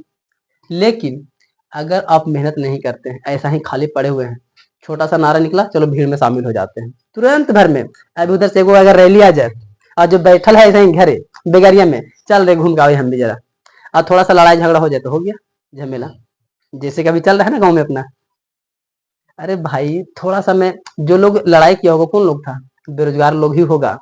जरा ऑफिस जाना है, पढ़ाने जाना है, वो थोड़ी लड़ा होगा। और अगर वैसा आदमी भी लड़े होंगे ना, तो यकीन मानो उसके पास समझ की कमी होगा। टीचर होगा लेकिन बेकार होगा, उसके पास दिमाग ही नहीं होगा, वो उसका थॉट है। सीधी सीधी बात यही है सर, कि जब लोग बेरोजगार रहता है, ऐसा ही खाली पड़ा हुआ रहता है, तो जाहिर सी बात है वो संसाधन की बर्बादी करेगा ही करेगा, ये निश्चित है। प्रभाव देखने को मिलता है ये, और ये हमारा सामाजिक प्रभाव में ही आता है, बर्बादी होगा ही होगा, आप चाहे जो कर लीजिए। ठीक है, ये पहला चीज है। दूसरा, हीन भावना का जन्म। आप लोग में ये होता है, हमको में भी होता है कभी कभी। ठीक है, हीन भावना का जन्म मतलब क्या सर? जब हम शुरुआती स्टेज में थे कि हमको पैसा चाहिए पैसा चाहिए, अभी हमको उतना लगाव नहीं पैसा से, लेकिन जब हम बेरोजगार थे, किसी तरीके से मौका ढूंढते थे कि काम मिल जाए। स्टेप शुरुआती हुआ था हमको पढ़ाने के लिए, गैर सरकारी, जहाँ यहाँ पर बात की थी ना, गैर सरकारी में एक संस्था के माध्यम से पढ़ाने का स्टेप मेरा चालू हुआ था। अच्छा खासा आ गया था सैलरी, फिर प्राइवेट स्कूल में भी ज्वाइनिंग, मतलब अच्छा खासा महीना कमा ले रहे थे, जितना होना चाहिए था खर्चे चलाने के लिए। अच्छा खासा रिस्पेक्ट मिलता था घर में भी, लेकिन अचानक से सब चीज बंद कर दी। हमको लगाव एकदम खत्म होने लगा धीरे धीरे, बेरोजगार टाइप में। तो हमारे अंदर हीन भावना नहीं आया, लेकिन जब उससे पहले थे, जब हमको पैसा चाहिए ही था और हम जब बेरोजगार बैठे थे, तो मन में अलग अलग विचार आता था, क्या करेंगे लाइफ में, ये वो जैसा तैसा, माँ बाप कुछ नहीं किया मेरे लिए, कुछ करता था हम लोग उसमें सेटल हो जाते हैं। सब लोग ये सोचता है कि माँ बाप पहले से कर देता तो हम लोग को थोड़ी कुछ करना पड़ता। फिर हम लोग उसी काम को आगे बढ़ा देते, जैसे मुकेश अंबानी कर रहा है। तो पहले से अगर माता पिता कर देते तो हम यही सोचते थे कि यार दिमाग एकदम खराब कर दिया है, ये लोग प्रेशर देते हैं कि काम करो काम करो, कुछ अपने तो किए नहीं। ऐसा ऐसा माइंड में थॉट चलने लगता है जब बच्चा बेरोजगार रहता है, तो माए बाप इतना प्रेशर देते हैं कि तुमको ये करना था, ये करना है, और तुम कुछ नहीं किया, इतना बड़ा हो गया, शादी ब्याह की उम्र हो गया है, क्या कर रहा है, बाल बच्चा कैसे चलाएगा। ऐसे से जब बात बोला जाता है तो आदमी के अंदर में हीन भावना का जन्म होता है, वो कुछ भी गलत कर सकता है ऐसा सिचुएशन में। बहुत सारा लोग डिप्रेशन में चला जाता है, आत्महत्या कर लेता है, माँ बाप का ताना सुन सुन करके, और कहता है कि हम बेरोजगार है, कुछ नहीं काम किए, माँ बाप घर से बाहर निकाल देता है। फिल्म वगैरह देखा होगा, इसमें बहुत सारा शॉर्ट स्टेटस में आता है कि कमा नहीं सकते तो मेरा घर से बाहर निकल जाओ, ऐसा कर करके धक्का मार मार के बाहर निकाल देता है। लोगों में बहुत तरह तरह के एकदम जो अंदर से है ना इमोशंस जग जाता है कि यार क्या दुनियादारी, क्या माँ बाप, सब खत्म हो जाता है। आदमी के अंदर नेगेटिविटी चलना चालू हो जाता है, और ये हमारा समाज में ही दिखता है। इंसान के अंदर घर परिवार में दिखेगा, उसका बिहेवियर चेंज होने लगेगा, क्योंकि आप उसके साथ बर्ताव अच्छा नहीं करेंगे, क्योंकि वो बेरोजगार है, इसी की वजह से। ये चीजें भी आपको समझना पड़ेगा, ठीक है। बेरोजगारी रहने से बहुत सारा नुकसान भी होता है, ये चीज को भी आपको समझना पड़ेगा। और अगर आप समझ रहे हैं ये सब चीजें तो आपको अब से कंट्रोल, ठीक है ना, क्योंकि जब हम पहले समझ चुके कि सर ऐसे से बताए होता है ऐसे, उनका भी एक्सपीरियंस है, तो हमको अब से कंट्रोल रखना पड़ेगा। बोलने वाले बोलने देना, सुनते रहना आराम से, अपने आप को बिगड़ने मत देना। आगे बात करते हैं, सामाजिक कुरीतियों का बढ़ना। बताओ ये आज के जमाना में किस क्षेत्र में नहीं है, से बताओ पहले। चोरी डकैती, चोरी डकैती ये सब चीजें कहाँ नहीं हो रहा है, चोरी डकैती लूट मार आतंकवादी कहाँ नहीं हो रहा है। अभी युद्ध जो चल रहा है किसके वजह से, यही सब हो रहा है भाई रे। समाज में जब रोजगार नहीं मिलता है ना, तो समाज में अलग अलग तरह का गलत गलत भावना जन्म ले लेता है। कोई जा रहा है रास्ता पर, उसका जेब मार लो। हमारा पास रोजगार नहीं है तो हम क्या करेंगे, हमारे पास पैसा नहीं है, हम क्या कर सकते हैं बताओ, तुम खुद सोचो। तुम्हारा पास रोजगार नहीं है, तुम रोजगार मांगते मांगते थक गया, अपना दिमाग तो यूज नहीं किया कि हम स्वयं रोजगार कर भी सकते थे, तुम नहीं यूज किए, थक गया तो तुम क्या करोगे। अपना दिमाग नहीं यूज कर रहे हो, तुम कोढ़िया थोड़ा सा हो, तो तुम्हारा माइंडसेट इधर ही जाता है कि चोर लोग कितना अच्छा हो गया यार, एक बार चोरी करो, पूरा के पूरा पैसा वसूल एक ही बार में। इस पर हम एक शक्तिमान में एक देखते हैं ना, एक एपिसोड आता है उसमें कि वो शिकायत करता है और एप्लीकेशन देता है ना कि हम कॉलेज से पढ़े हैं लेकिन इसका पढ़ाई कहीं नहीं काम आया है। उस शक्तिमान में एक एपिसोड है ऐसा कुछ, ठीक है ना। तो जो शक्तिमान यानी गंगाधर जो रहता है, वो उस समस्या का समाधान करता है कि हमने ये चीजें पढ़ाया और आपको विकास भी हुआ है और आप सब जवाब भी सही दे रहे हैं, इसके हिसाब से तो हम लोग आपके लिए अच्छा किए हैं, लेकिन आप चोर बन के ही इसमें मेरा गलती तो नहीं है। आपको अपना पढ़ाई का सदुपयोग करना चाहिए था जिससे आपका रोजगार मिलता, आप यूज नहीं किए, ये आपका नुकसान है। ये उस मूवी में समझाया जाता है, लेकिन ये चीजें भी वहीं से है। और वहां पर वो क्या करता है, लड़का चाकू दिखाते दिखाते सबसे छीनते रहता था पैसा चैन दो निकाल के, ये करता है।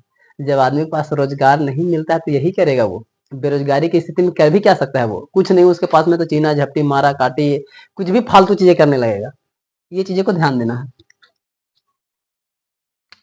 तो समाज में अगर आप बेरोजगार रहेंगे तो इस तरीके से देखने को मिलता है। आपका माइंडसेट में भी कभी ऐसा आ जाता होगा कि अरे यार कुछ नहीं करना तो चोरी करो, नहीं एक घर लूटो निकलो, काम हो जाएगा।